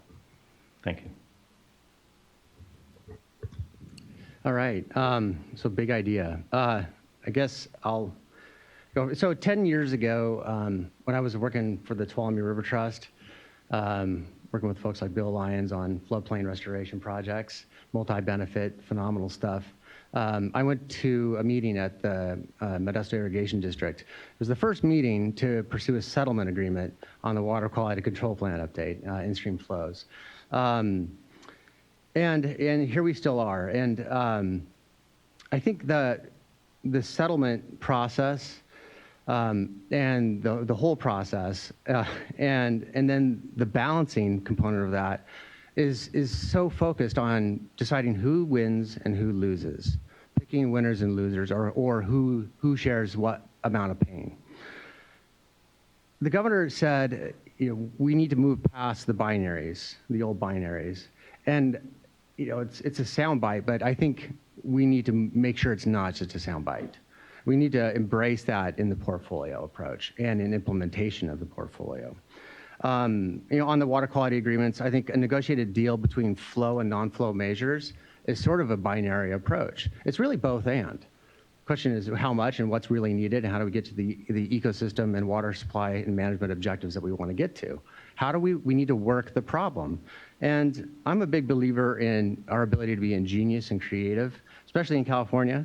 And 50 years ago, we sent people to the moon. Surely we can figure this out. We can science this. We can work it. We just have to be committed to doing so.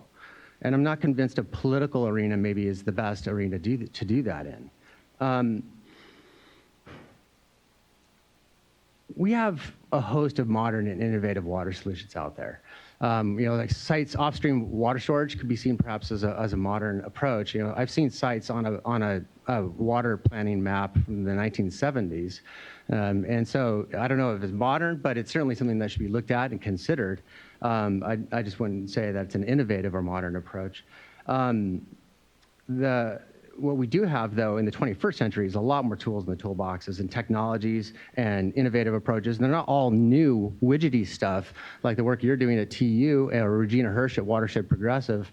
That's the future. These local collaborative approaches are innovative. Those are innovative approaches. On top of that, we have innovative new technologies.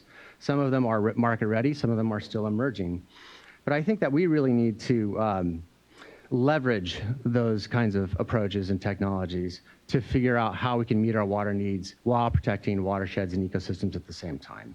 And to do this, the portfolio should establish a state fund similar to the size of what was allocated to storage in the water bond in Prop 1.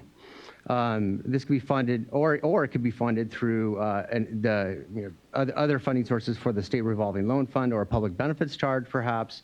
The last bond allocated $2.7 billion to storage.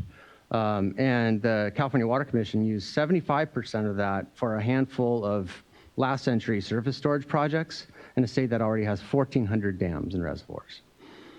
And the funding for that funding, $2.6 billion actually was allocated about, that only covered 20% of the projected cost for those projects. So 80% of that funding still has to be brought up for those projects where the yield is, less than 1 or 2% of our total state water use.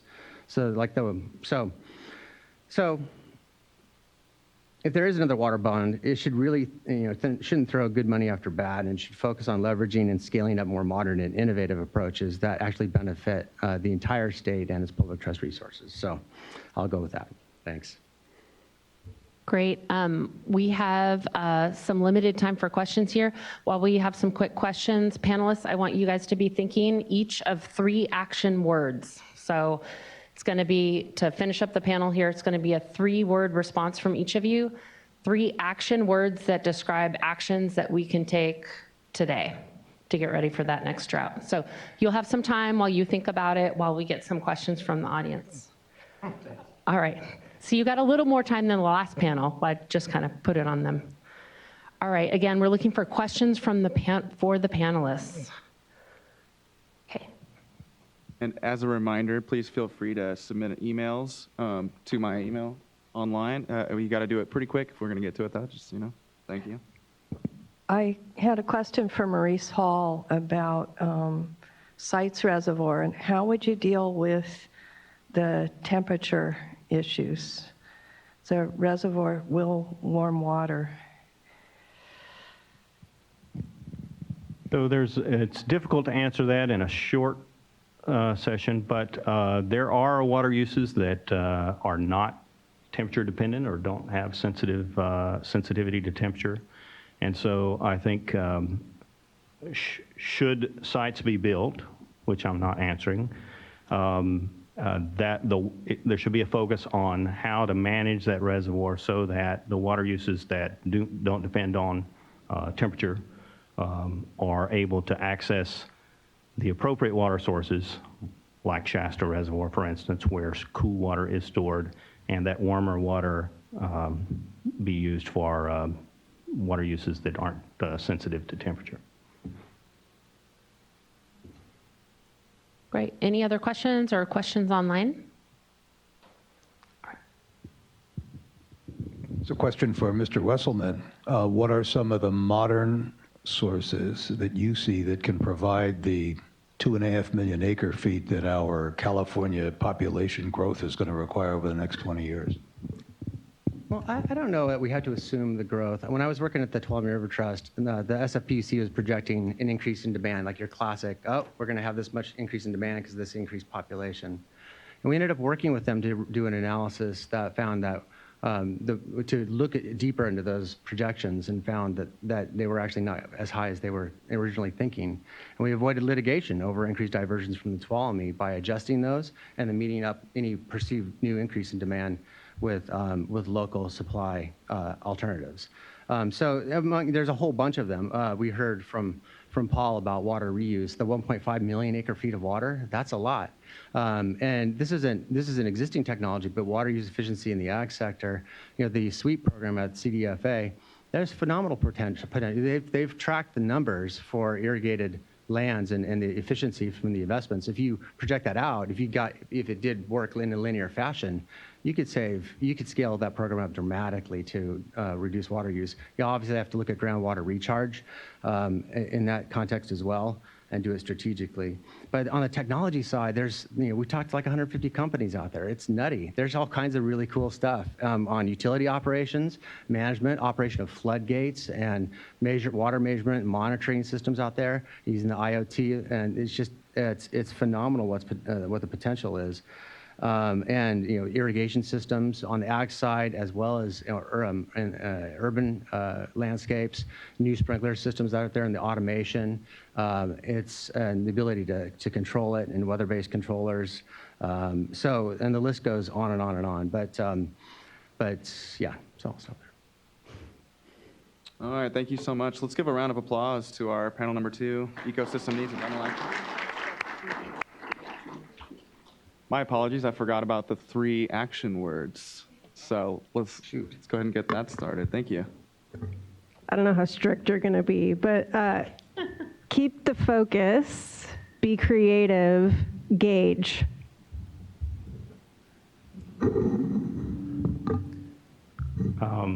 Monitor, collaborate, and fund.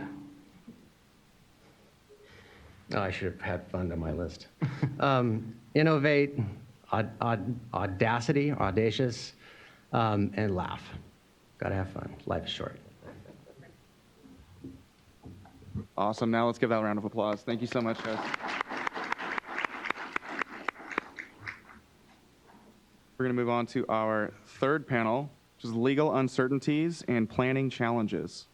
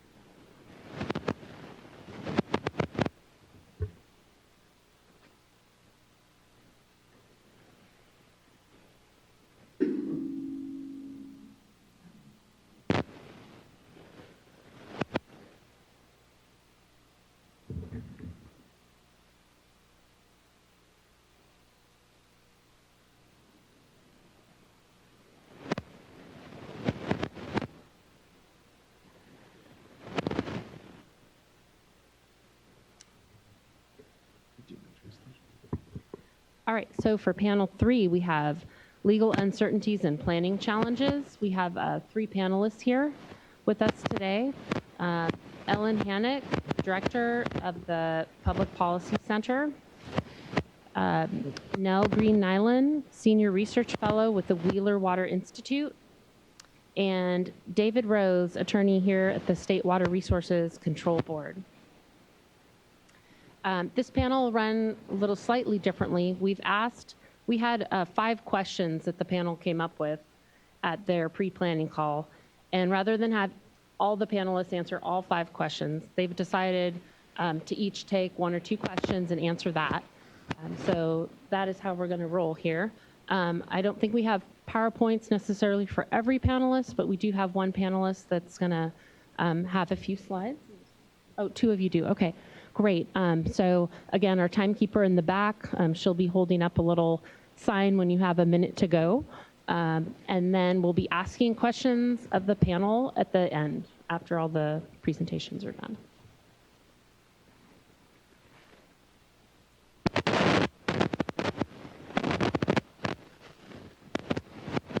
Yeah. Is that good? Okay. I'm going to give you a...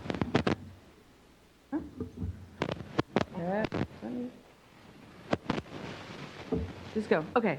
I'm going to give you a big picture overview to kind of answer a couple of the first questions. This is from a synthesis study that we did that came out about a year ago, looking at drought lessons from this latest drought and looking at that in the context of the changing climate. So we looked at lessons from 4 sectors: cities, agriculture, rural communities, and ecosystems. So very much kind of in line with what you heard in the last 2 panels. And we asked sort of how will the changing climate add to the challenges? And in this context, I think the question that this session or this workshop is looking at is it's really apropos to sort of think about this latest drought in the context of how we prepare for the changing climate, because it was an unusual drought by standards of now, but it will be a normal drought by the 2040s based on sort of looking at climate models. And the key characteristic that made this a different drought was that it was so hot. And that just changed all of the management parameters in the on the ecosystem side, but in other ways as well. And what we're also seeing is that we're starting to see more variability coming into our system. California is a very variable climate, the most variable of any of the lower 48 states. But what we're seeing is, in addition to warming temperatures, shrinking snowpack, we had record low snowpack this last drought, shorter wet seasons, shorter, more intense wet seasons, so drier shoulders of our wet seasons, more volatile year-to-year precipitation, and rising seas, which are going to be important in relation to water supply coming through the delta. All of these changes together mean that we have to think about managing for drier dries and wetter wets, even if, as the models are mainly predicting for California, average precipitation is not expected to change. It just is going to change the intensity of the dry and the wet in ways that make us have to manage this. So we looked at this and sort of how we got through the last drought and came upon 4 essential reforms. And these are relevant for the state as well as for everybody who manages water at the local level and also our federal partners. The first is plan ahead. That's a verb for you there. Second is update the water grid, and I'll show you what I mean about that in a minute. Third, update water allocation rules. This is very relevant for the board, but not only. And fourth is find the money. And I'm going to have a different take on that, I think, from some of the preceding speakers. So planning ahead. Where we did better were in sectors where we had good planning. And so the urban sector faced some challenges for sure, but the state had been requiring significant planning since the early 80s, and that has really paid off. And it's just not just planning, but also the investments that go with it, a portfolio approach, everything that we heard from Jim and from Maurice about this. The ag sector will do better in the future with SGMA because the ag sector basically pumped heavily from groundwater reserves, which is a good drought adaptation strategy, but you got to make sure that water's there for the next drought too. So SGMA is going to be a really important aspect. We heard from Phoebe about drinking water challenges in rural communities. This was a sector where there was not preparation. We had a lot of good seat of the pants actions to address it, but we got to be prepared next time. And I think that the drought task force that's now happening, I'm hoping that that's going to be a key step there. And then preparing ecosystem drought plans, which really goes along with sort of what Maurice was suggesting, and I think maybe in some ways all of the folks on the previous panel about getting ready for managing drought, which is going to be inevitable. How do we get the ecosystems prepared rather than just kind of coming in an ad hoc way once the reservoir is low and the cold water's gone. So upgrading the water grid. This is a kind of concept we've been trying to promote of thinking about our water system a little bit more like our energy system. There are some parallels, it's not all the same, but these two maps side by side are kind of a big high-level picture of the water grid. The one with squiggles and circles is our surface water system. Those big circles are reservoirs, surface reservoirs, and the squiggles are conveyance. A few rivers that show up there in bright blue, but a lot of it is also built conveyance. If you go to the regional level, you have a lot of very intensive networks like this too. It is an asset that can help us to adapt, but it's kind of built for the last century, so we have to think of it more and more in conjunction with that map next door, which is our major groundwater basins. And this is where, again, Sigma presents an opportunity for managing these in a much more tightly interconnected fashion, because as we get wetter wets, we're going to have to leave room in reservoirs for floods. So we're going to have to get more water into groundwater basins. And we've already made a lot of progress on this. And the example that Jim gave of the Regional Water Authority efforts is a good one of many of the new ways people are looking at this. Sigma, again, provides us opportunities. So modernizing and integrating operations is as important, if not more important, than building new stuff. And thinking about building new stuff in ways that provide more integration between the above and the below. Third, update water allocation rules. This is about making it easier for the board to make those hard calls when it's important to, when you do need to curtail. So I was glad to hear David Guy, I think he left, but saying that he supports improving the water information that underlies that, because the board really had some information because of, thanks to some reporting that was required after the late 2000s drought, but we have to get better about that. And then we have to get better at storing water during wet times. So that means priorities in terms of promoting groundwater recharge, streamlining trading and banking. This is not just the state board, it's DWR, it's the Bureau, it's local agencies, giving the environment and water budget. I don't have to explain that anymore. Thank you, Maurice, and before me, David. And improving water rights administration. And we had some suggestions that I'm gonna not propose because I know Nell is gonna go there. The fourth, find the money. So yes, we need more money, but we cannot do it all through bonds. This is just a graph showing you sort of how much California voters approved or rejected in the red over the past few decades in general obligation water bonds. They are really helpful, but the state as a whole, bonds and other funds, only covers about 12% of all the money that we spend on California water. We spend over $30 billion a year. Most of it's paid for locally.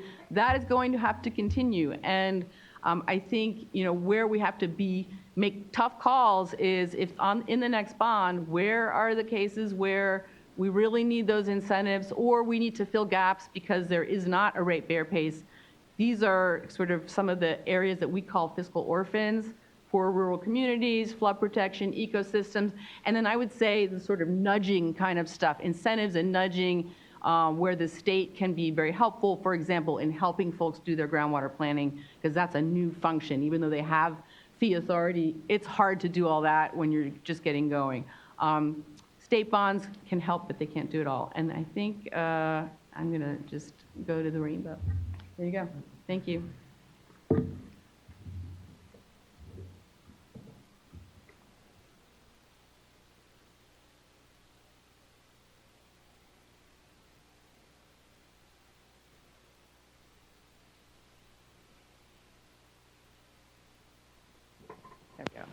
hopefully I won't be crackling.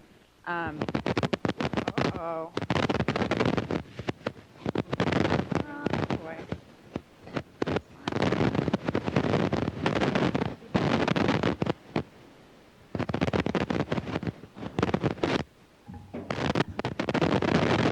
Okay, everywhere. Okay, well, I'll just go. There's a pause in the crackling at least. As we've kind of been discussing here, California droughts are likely to become more frequent and more intense in the future, posing increasing challenges for water management and raising the stakes for effective drought response. As part of California's fourth climate change assessment, my colleagues and I analyzed how the State Water Resources Control Board carried out its water right responsibilities during the 4 major statewide droughts that have occurred since the mid-1970s. So I'm going to kind of be talking about these things with a lens of water rights and the State Water Board. So what did we find? We found that the board responded differently during each drought, sometimes taking on a very active role and sometimes taking a more hands-off approach. As this chart shows, it used different types and combinations of response strategies during each drought. I don't really have a lot of time to go through all of them in detail, but the general idea that you can get from this chart is that the dark blue there demonstrates sort of the different types of strategies and the extent to which they were used during the 1976 to 1977 drought.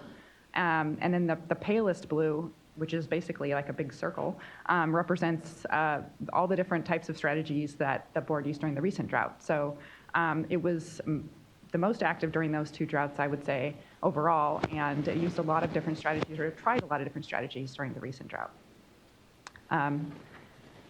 Some of these differences can be explained by differences in the droughts themselves. As Ellen mentioned, the recent drought was especially hot, and these different droughts have had different characteristics.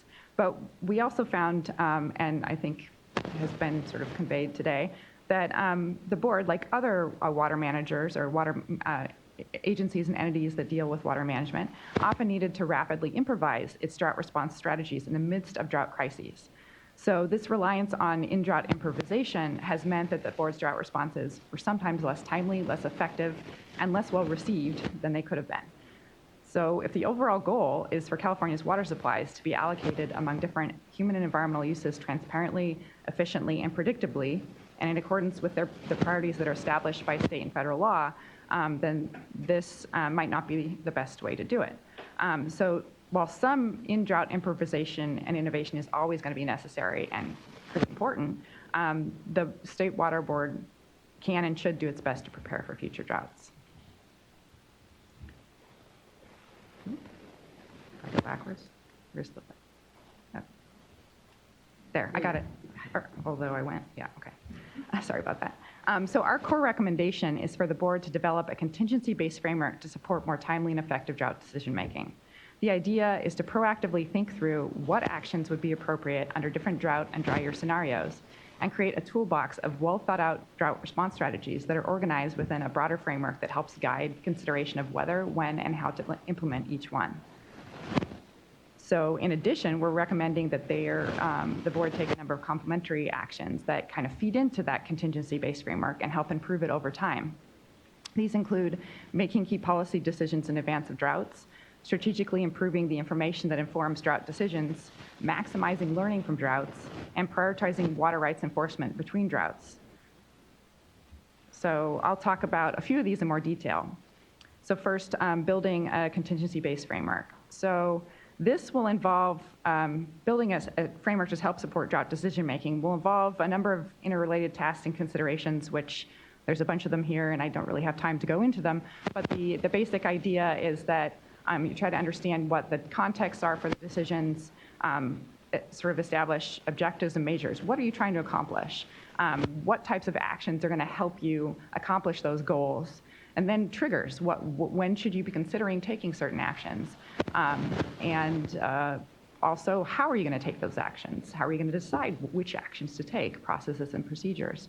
And figure out what information you're going to need to decide amongst different options and to also effectively take particular actions. And then kind of think about the relationships between different actions, different decisions that need to be made, because there are a lot of relationships.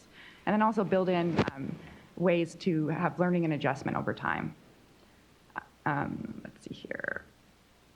So basically, building this toolbox in advance, hopefully with robust public input and feedback, is going to help water users understand where the board is coming from when it takes a drought action, make it easier for water managers to plan in the face of rising hydrologic uncertainty, and ensure better outcomes for vulnerable communities and ecosystems.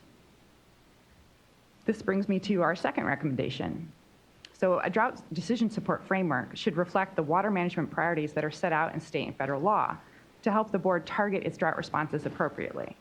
But there are a lot of key policy decisions that have not actually been made yet about how to implement some of these priorities, or about how to reconcile potentially conflicting priorities with one another.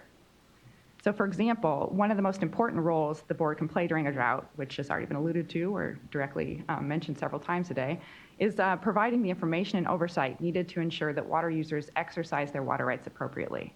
When there isn't enough surface water to go around in a watershed, water right priority rules generally require those with the most junior rights to curtail first. But following water right priorities is not always straightforward, and other aspects of state and federal law complicate the picture by establishing their own priorities that also influence the need for and scope of curtailment. So efforts to implement curtailments during the past 4 droughts that we looked at were uneven, and they relied on relatively informal core-scale analyses of water availability for broad classes of water rights. So this type of analysis, while it may be a useful screening tool to kind of figure out where there are potential water shortages, it's less useful for identifying specifically which water users, as a matter of law, need to curtail their diversions. So to more accurately characterize water availability under particular water rights, the board needs to develop clear, more formal, and more detailed curtailment procedures that explicitly account for the hydrologic connectivity between different components of watershed supply and demand, and that incorporate non-water right priorities. So what do I mean by non-water right priorities? These include things we've discussed today already, or the different panels have. Protections for ecosystems, such as those required under state and federal law for endangered species, water quality, and public trust resources. As we've heard, ecosystems have not been adequately protected during past droughts. And recognizing that flow quantity, quality, and timing affect and are important aspects of fish and wildlife habitat, the board can prioritize setting and implementing in-stream flow requirements that account for the full range of hydrologic conditions for priority water bodies, including prolonged and severe droughts. This is going to take time, and you may need to have some basically interim protections put in place as well. Another non-water right priority that's pretty critical is minimum health and safety needs. So as we've been thinking about today, people need water for drinking, cooking, and basic sanitation. And it's not always been clear how these are protected during droughts. So the board needs to develop an explicit approach to defining and addressing human health and safety needs. These policy decisions won't be easy, but avoiding them is not really a viable option, because if we avoid them now, we're going to be making them sort of on the fly or kind of by default during droughts. So just to wrap up here. So yeah, I just ran out of time, but I'm just going to quickly mention the information issues as well. So this here is kind of an image of a watershed here with a bunch of different watersheds. And thinking about curtailment and thinking about hydrologic connectivity, one of the things that we've had challenges with is having data about what's actually going on in these different parts of watersheds and how actions in one are going to influence actions in another. And so I guess, improving the information about water diversions, where they're happening, and also flow is pretty critical to improving water management. And I just wanted to, well, maybe I'll save this for the thing later since I am way over time, but there we go. And you don't have to Thanks. Sorry, my presence rushed you. I'm going to go as fast as possible because nobody really wants to hear me talk about what already happened. You were all here. David Rose with the State Water Board. I'm an attorney for the board, so I'll say that my statements are not to be attributed to the board or any board members or anything like that. It's kind of like Ricky Bobby's version of, with all due respect, anything I say after now, you can't attribute to anything. I'm going to skip the questions that were put to me and come back to it. I want to go through slightly, what happened, the actions by the board, what's changed, and then briefly talk on the litigation, because the questions that were put to me all had the word legal in them, and so I can't skip the litigation part. So really briefly, you know what happened in the drought. The board did a number of drought regs. Yes, we had the authority to do those. I'll talk about litigation later. Conservation, which has hopefully been obviated now by AB 1668 and SB 606, so we won't need to do conservation regs in the future. I'm going to, maybe not glibly, but just refer to fish protection regs, which have both already been mentioned. The board did 2 regulations, one in the Russian River area that was discussed on a previous panel, and one in Mill Deer and Antelope Creeks in Tehama County, which was referenced in another panel. And yes, those were essentially fish protection regulations, although they were also waste unreasonable use regulations or balancing of water uses, or however you want to refer to them. And then we also did some regulations regarding curtailment and availability, which had varying degrees of success, and everybody can have their own opinion on that. The board, besides just adopting a lot of emergency regulations, did a lot of transfers. We did a lot of water transfers because anybody who had water had the opportunity, hopefully a good opportunity, to transfer that to somebody who needed it. That's, in my view, one of the major elegant points of the water rights priority system that we have. You can complain about the water rights system. I've heard it. I can complain about the water rights system. But it's fairly elegant in its simplicity at the high-end view, which is that it goes in order of priority, and it is implementable through transfers in that way. It's not what is the highest and best use, although the water code says what's considered a highest and best use. It's not who's deserving. It's not who should get the water. It's a simple priority system with some major overlays of uncertainty like public trust and waste and unreasonable use. But the transfer process is what allows, at its most simplistic form, the water rights priority system to work statewide. Now, of course, there are some issues with the transfer system regarding injury to other users and whether the water you're trying to transfer is actually available, and then getting through the processes that exist for that. But I do think that the process is a good process that allows the water rights priority system to work. So unless the priority system is changed, that's what we're going to use. So I would encourage, I'm jumping forward from what happened to what I think should happen, I would encourage everybody who wants to do a transfer to do their homework now. Now, when you're in the luxury of not being in a drought, talk to staff, read the code if you haven't done it already. If you're not a regular transfer participant, figure out what needs to happen so that things can happen quickly if there is a drought. The staff are experts on these things and can help work through the process. And of course, we did drinking water assistance, and I hope we have a lot less of all of those 3 categories of things to do in the next drought. That's why we're planning ahead right now. So moving to what's changed, Sigma obviously is much further along than it was before. In the drought, a lot of groundwater was pumped to replace surface water because there wasn't a lot of surface water. That drought pumping has taken a lot of that groundwater, which is not going to be replenished quickly, and Sigma is going to have to address that. So I don't want to say we're not going to have the luxury of that same response, but I gave my disclaimer at the beginning. We're not going to have the luxury of that same response. AB 1668 and SB 606 for drought efficiency. We did have a little bit of a discussion in an earlier panel about how efficiency and conservation work together. The State Water Board and DWR put out a primer on that legislation. It has a cool little box that describes how efficiency and conservation work together. You can go refer to it, but it's just a definitional thing for that purpose. Yes, it's going to be an issue. If we are completely efficient, is there room for conservation or is there need for conservation? Like I said already, I hope we don't have to do conservation regs again, because that response was not popular. we had to do it. Things had to be done. The governor directed the board to take actions, and we were successful in many regards. We made a lot of friends.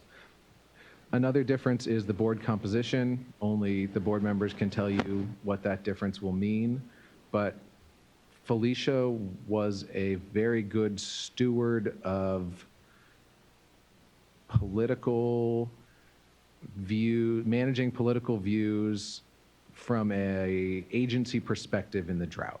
I mean, there's many of great ways to describe Felicia, but as a steward for allowing everybody to have their say and have it be, I think, acknowledged that it was heard and considered, and still getting regulatory work done on many fronts. I already told what happened, the drought regs in multiple different areas, multiple different disciplines, transfers, drinking water assistance. She did great at those things, and I think Joaquin is great. Well, hopefully he doesn't have to deal with the drought, but we've got a different board composition, so I think you would expect that the responses will be different based on what each of the board members have said in the last drought, or if they weren't here in the last drought, about what's important to them and how we deal with these things. So we as a staff of the board are going to have to work through that as well. But I think that can't be overlooked, that it's different. We've got better data now. One of the problems we had at the beginning of the drought was that we were using 2010, I believe, data set because that was the only year we had data from everybody for. So now we're getting it annually for all the water rights, and that is better. We had information orders. We're getting information from the water suppliers on a regular basis. Data is great. And drinking water system consolidation hopefully doesn't have to happen very much, but there are new authorities for the board and new ways to prepare prior to another drought. I got the flag for 1 minute, and I didn't really want to talk about litigation anyway, but we got sued. Some of those are nowhere near done, and others are nowhere near done. So thank you for your time. Great. Before we move to, I know we have one question from online, so we'll get to that. I just have a question for the panelists. Some of the earlier panels, we talked a lot about working together as being really critical, and how do we work together better. I know this panel, we're talking a lot about legal frameworks. For example, we'll just take legal agreements, or any type of agreements really for that matter. How do we remove the barriers for people to work together better in the next drought? What do we do? Is it, incentives? Is it requirements? Is it some combination? Is it a little more organic than that? Does it need to be so binary? Like how do we spent a lot of time talking about what do we do? Now I want to hear, how do we do it? How do we remove the barriers to make it easier for people to work better together in the next drought? And anybody who wants to jump in on the panel. So I'm going to tee off of something that David said about transfers, which is take advantage of the time before the drought to get ready. One of the really, we heard a lot of good things in the study that we did about the board's ability to expedite transfers, including short-term ones. But one of the things that you're seeing a transition in the water market on is people are moving more and more away from those one-off approvals to getting their ducks in a row and getting the programmatic reviews done so that they're ready during a drought. So the Yuba Accord is a good example of that, where I think it's an 18 or I don't know. It's a long-term transfer that basically allows for water to be moved during dry years. But the paperwork's all done, so you just have to kind of look at, okay, what are the specifics of this year? We've got that covered, and then you can make that happen. And I think that's a big part of the challenge to me with the lack of good feelings maybe between the urban sector and the state on the mandate was a lack of communication about sort of the urbans feeling like they had this covered for the most part, and the state having no way of really knowing whether they had it covered or not. So to me, the pieces, the data pieces and the reporting pieces of that legislation are going to be really key. Also, just for building the information so people know, okay, where do we have to jump in and take action? Yeah, I think, yeah, all those things are really critical. I think it's critical to try to the extent possible, kind of clarify for water users, for various stakeholders, kind of what the backstop is for creative collaborations and solutions. And so I think it's harder to do that when you don't know sort of, how are curtailments going to be dealt with? How are human health and safety needs going to be dealt with? In the sort of as a default mode. How our ecosystem, is water for ecosystems going to be dealt with in the default? And so I think kind of trying to straighten some of these things out and make some sort of really, difficult decisions between droughts when you can have an extensive public process that really brings, all parties into the process and enables, disadvantaged communities to participate more fully, and other stakeholders to participate as well, I think can really be helpful in creating the environment and kind of the context for these creative solutions to develop. So I'll just say briefly, kind of what I already said. Do your homework, talk to staff, figure out the process, do as much work as you can now so that you don't have to figure out what the process is later. Long-term transfer agreements versus short-term transfer agreements is that kind of approach, because both of those processes exist. Board staff know how to do those and what hurdles you'll have to jump through and how long those usually take. And in a drought, you don't have that long. So some things were expedited, but you don't necessarily have that long. And then the other thing I'd add is that I would encourage you to try to make your agreements reliable. I guess that's a euphemism for enforceable, but they don't have to be enforceable amongst yourselves, but they have to be meaningful. They can't just be, all right, it's an agreement unless we don't want to do it anymore. There are a lot of voluntary agreements that don't have any teeth to them for the parties, and if the board needs to approve something, we have our steps and obligations that we have to make findings on. So make sure you're making your agreements if they have to come to the board, or if you think you'll need approval from the board or blessing from the board at some point in the future, make sure that you're keeping those things in mind. All right, so we have a question submitted online. This will probably be for Ellen. So this is from a Ms. Ruiz regarding domestic groundwater wells. Specifically, lack of information to well owners is a huge problem for folks to prep at the individual level. Well logs are not available for older wells via the county and or the Department of Water Resources. For example, her personal well does not have a log. So normal people do not have access to current groundwater levels. How can they possibly plan if they need a new well without this information? Any thoughts on how to get that info out to the general public? So that's a great question, and I would say, we mentioned a little bit this County Drought Advisory Task Force process that's happening right now, which is an effort led by DWR. I believe the state board staff are involved as well, but many folks from the local level looking at how to kind of identify which communities are at risk of having their shallow or their drinking water wells go dry. Those often tend to be shallower wells, so they often tend to be the first ones to go. The reason that it's involving counties is because counties have been kind of the key local entity that is kind of responsible for helping when there are problems. But now with SGMA, there's a new entity. If you're in any place where there is a groundwater sustainability agency, it is their job to be monitoring groundwater levels and understanding what's happening with groundwater use.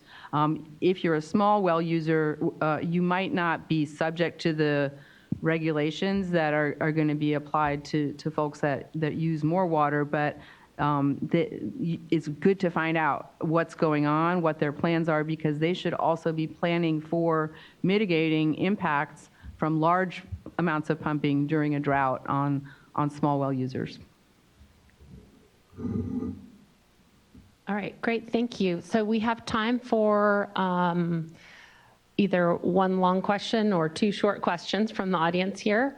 Then I'm going to ask the panel to do the same as the last panel, come up with 3 action words that describe 3 actions that we can take now to get ready for the next drought. And then we will have Board Member McGuire make some closing statements. So any questions here in the audience for our panel? Everybody's getting hungry for lunch. All right. Oh, good. One panelist asking another. That's good. I think it's pretty quick, Quad, but on the well monitoring issue, I was curious if you've looked at data collection from all the different GSAs that's happening. Is that happening in your sense in a unified, systematic, consistent way, or and how is that integrating with DWR? Can you talk a little bit about sort of the data collection there? So SIGMA is a really interesting law because it's the state provides the regulations and provides a backstop, basically, that if you don't do what the law requires at the local level, the state can come in. And that has been very motivating to folks above and beyond wanting to fix their groundwater problems. It's also very motivating not to want the state board, in this case now Joaquin, to come in, or David or someone to do it. And so the Department of Water Resources has set up a bunch of, developed the regulations and is going to be reviewing the plans in the first instance. And so there are some things that each plan must do, but there's a lot of flexibility for defining at the local level the different thresholds and kind of what constitutes inadequate management. And so one of the things that's been very important, so Phoebe's group, along with the Community Water Center, along with self-help enterprises within the San Joaquin Valley in particular, have been, and I think also in the Central Coast, sort of the places where the plans are first out of the gate.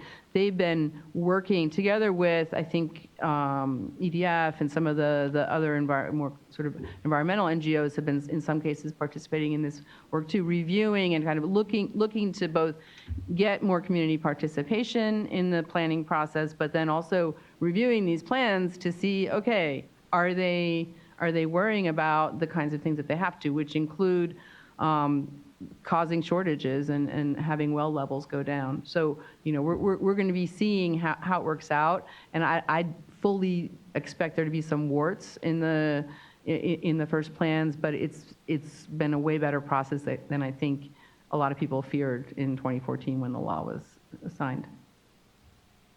Great. All right. So for the panel, your 3 action words for us to be ready for the next drought as far as legal and planning challenges. Legal and planning challenges. Think, ask, and empathize. So I'm just going to violate the rule. Build governance infrastructure to support good decision-making. This includes information. So I was trying to think if one could make a verb out of flexible. Flexibilinate? I don't know. Say, take flexible approaches, incentivize, and align policies and programs. Great. Thank you so much. A big round of applause for our panel. And I'll ask Board Member McGuire to come up and give some closing comments. All right, I really want to thank our speakers and all the great questions that we've had today. This has been very educational for me. And so just thinking about, lessons learned. So my background is water resources. Well, I'm an engineer, but a water resources planner. And so one thing I like to do is to be as prepared as possible. So when we talk about the composition of the board and how things have changed over time, I think, while we as a state are doing so much right now, we learned a lot from the last drought. The water resilience portfolios, I think, are going to help address a lot of the issues that we have in preparing for climate change and also the next time of shortage. But there's still clearly more that we can do to be better prepared, whether it's looking at partnerships, working collaboratively with other agencies, identifying new and creative funding opportunities, wherever those may come from, looking at, not just large urban areas and agricultural areas, but recognizing the needs of our rural communities and the efforts that we're taking there. I think we're going a long way in that regard, but there's so much to do. I really appreciated the comments from Marianne about coastal streams and the small streams and the fact that there was a lot of progress made during the drought, and it's important to continue to focus on those areas to make those investments to help ensure that those stream flows are provided on into the future. Looking at opportunities for ecosystem flows, clearly a challenge that we've all been faced with for many decades, and there's actually, I think, a lot of synergy amongst the panelists in terms of different tools that we can look at to address some of those challenges that we faced, and I hope, too, that we can make progress there. And then I'm really appreciative of the comments just about our water rights system, and it's great, and I guess in its simplicity, but it's not without its flaws and its challenges. And so I think there's clearly today we heard a recognition that there's things that we can do to look at the curtailment system, to more transparently communicate when we're identifying potential shortages. And the whole idea being that it's a way that we can provide our water users and also for the ecosystem managers ways to make better decisions as early as possible. So I was really encouraged by this, and I just want to point out that Nancy Vogel is here with the Resources Agency, and she has the unenviable task of taking all of these ideas that you've heard over, I don't even know how many hundreds of meetings, I'm sure by now, and synthesizing them into the portfolio recommendations. And I've done several of these listening sessions now, and one other takeaway I wanted to leave behind for you is that there have been so many phenomenal ideas I think have come out of this process. Let's not lose sight that just because something may or may not make it into the portfolio doesn't make it a bad idea and doesn't make it something that we shouldn't act on. So, this issue certainly is of high importance to me. I look forward to having further conversations with each of you on this going forward. I think we need to start moving in this direction, even though we don't know when that next drought is going to come. This is the time to take action. We are doing steps, but I think at the board, there's a lot more that we can do and should be doing. So again, thank you for coming today. I really appreciate your time and look forward to future conversations.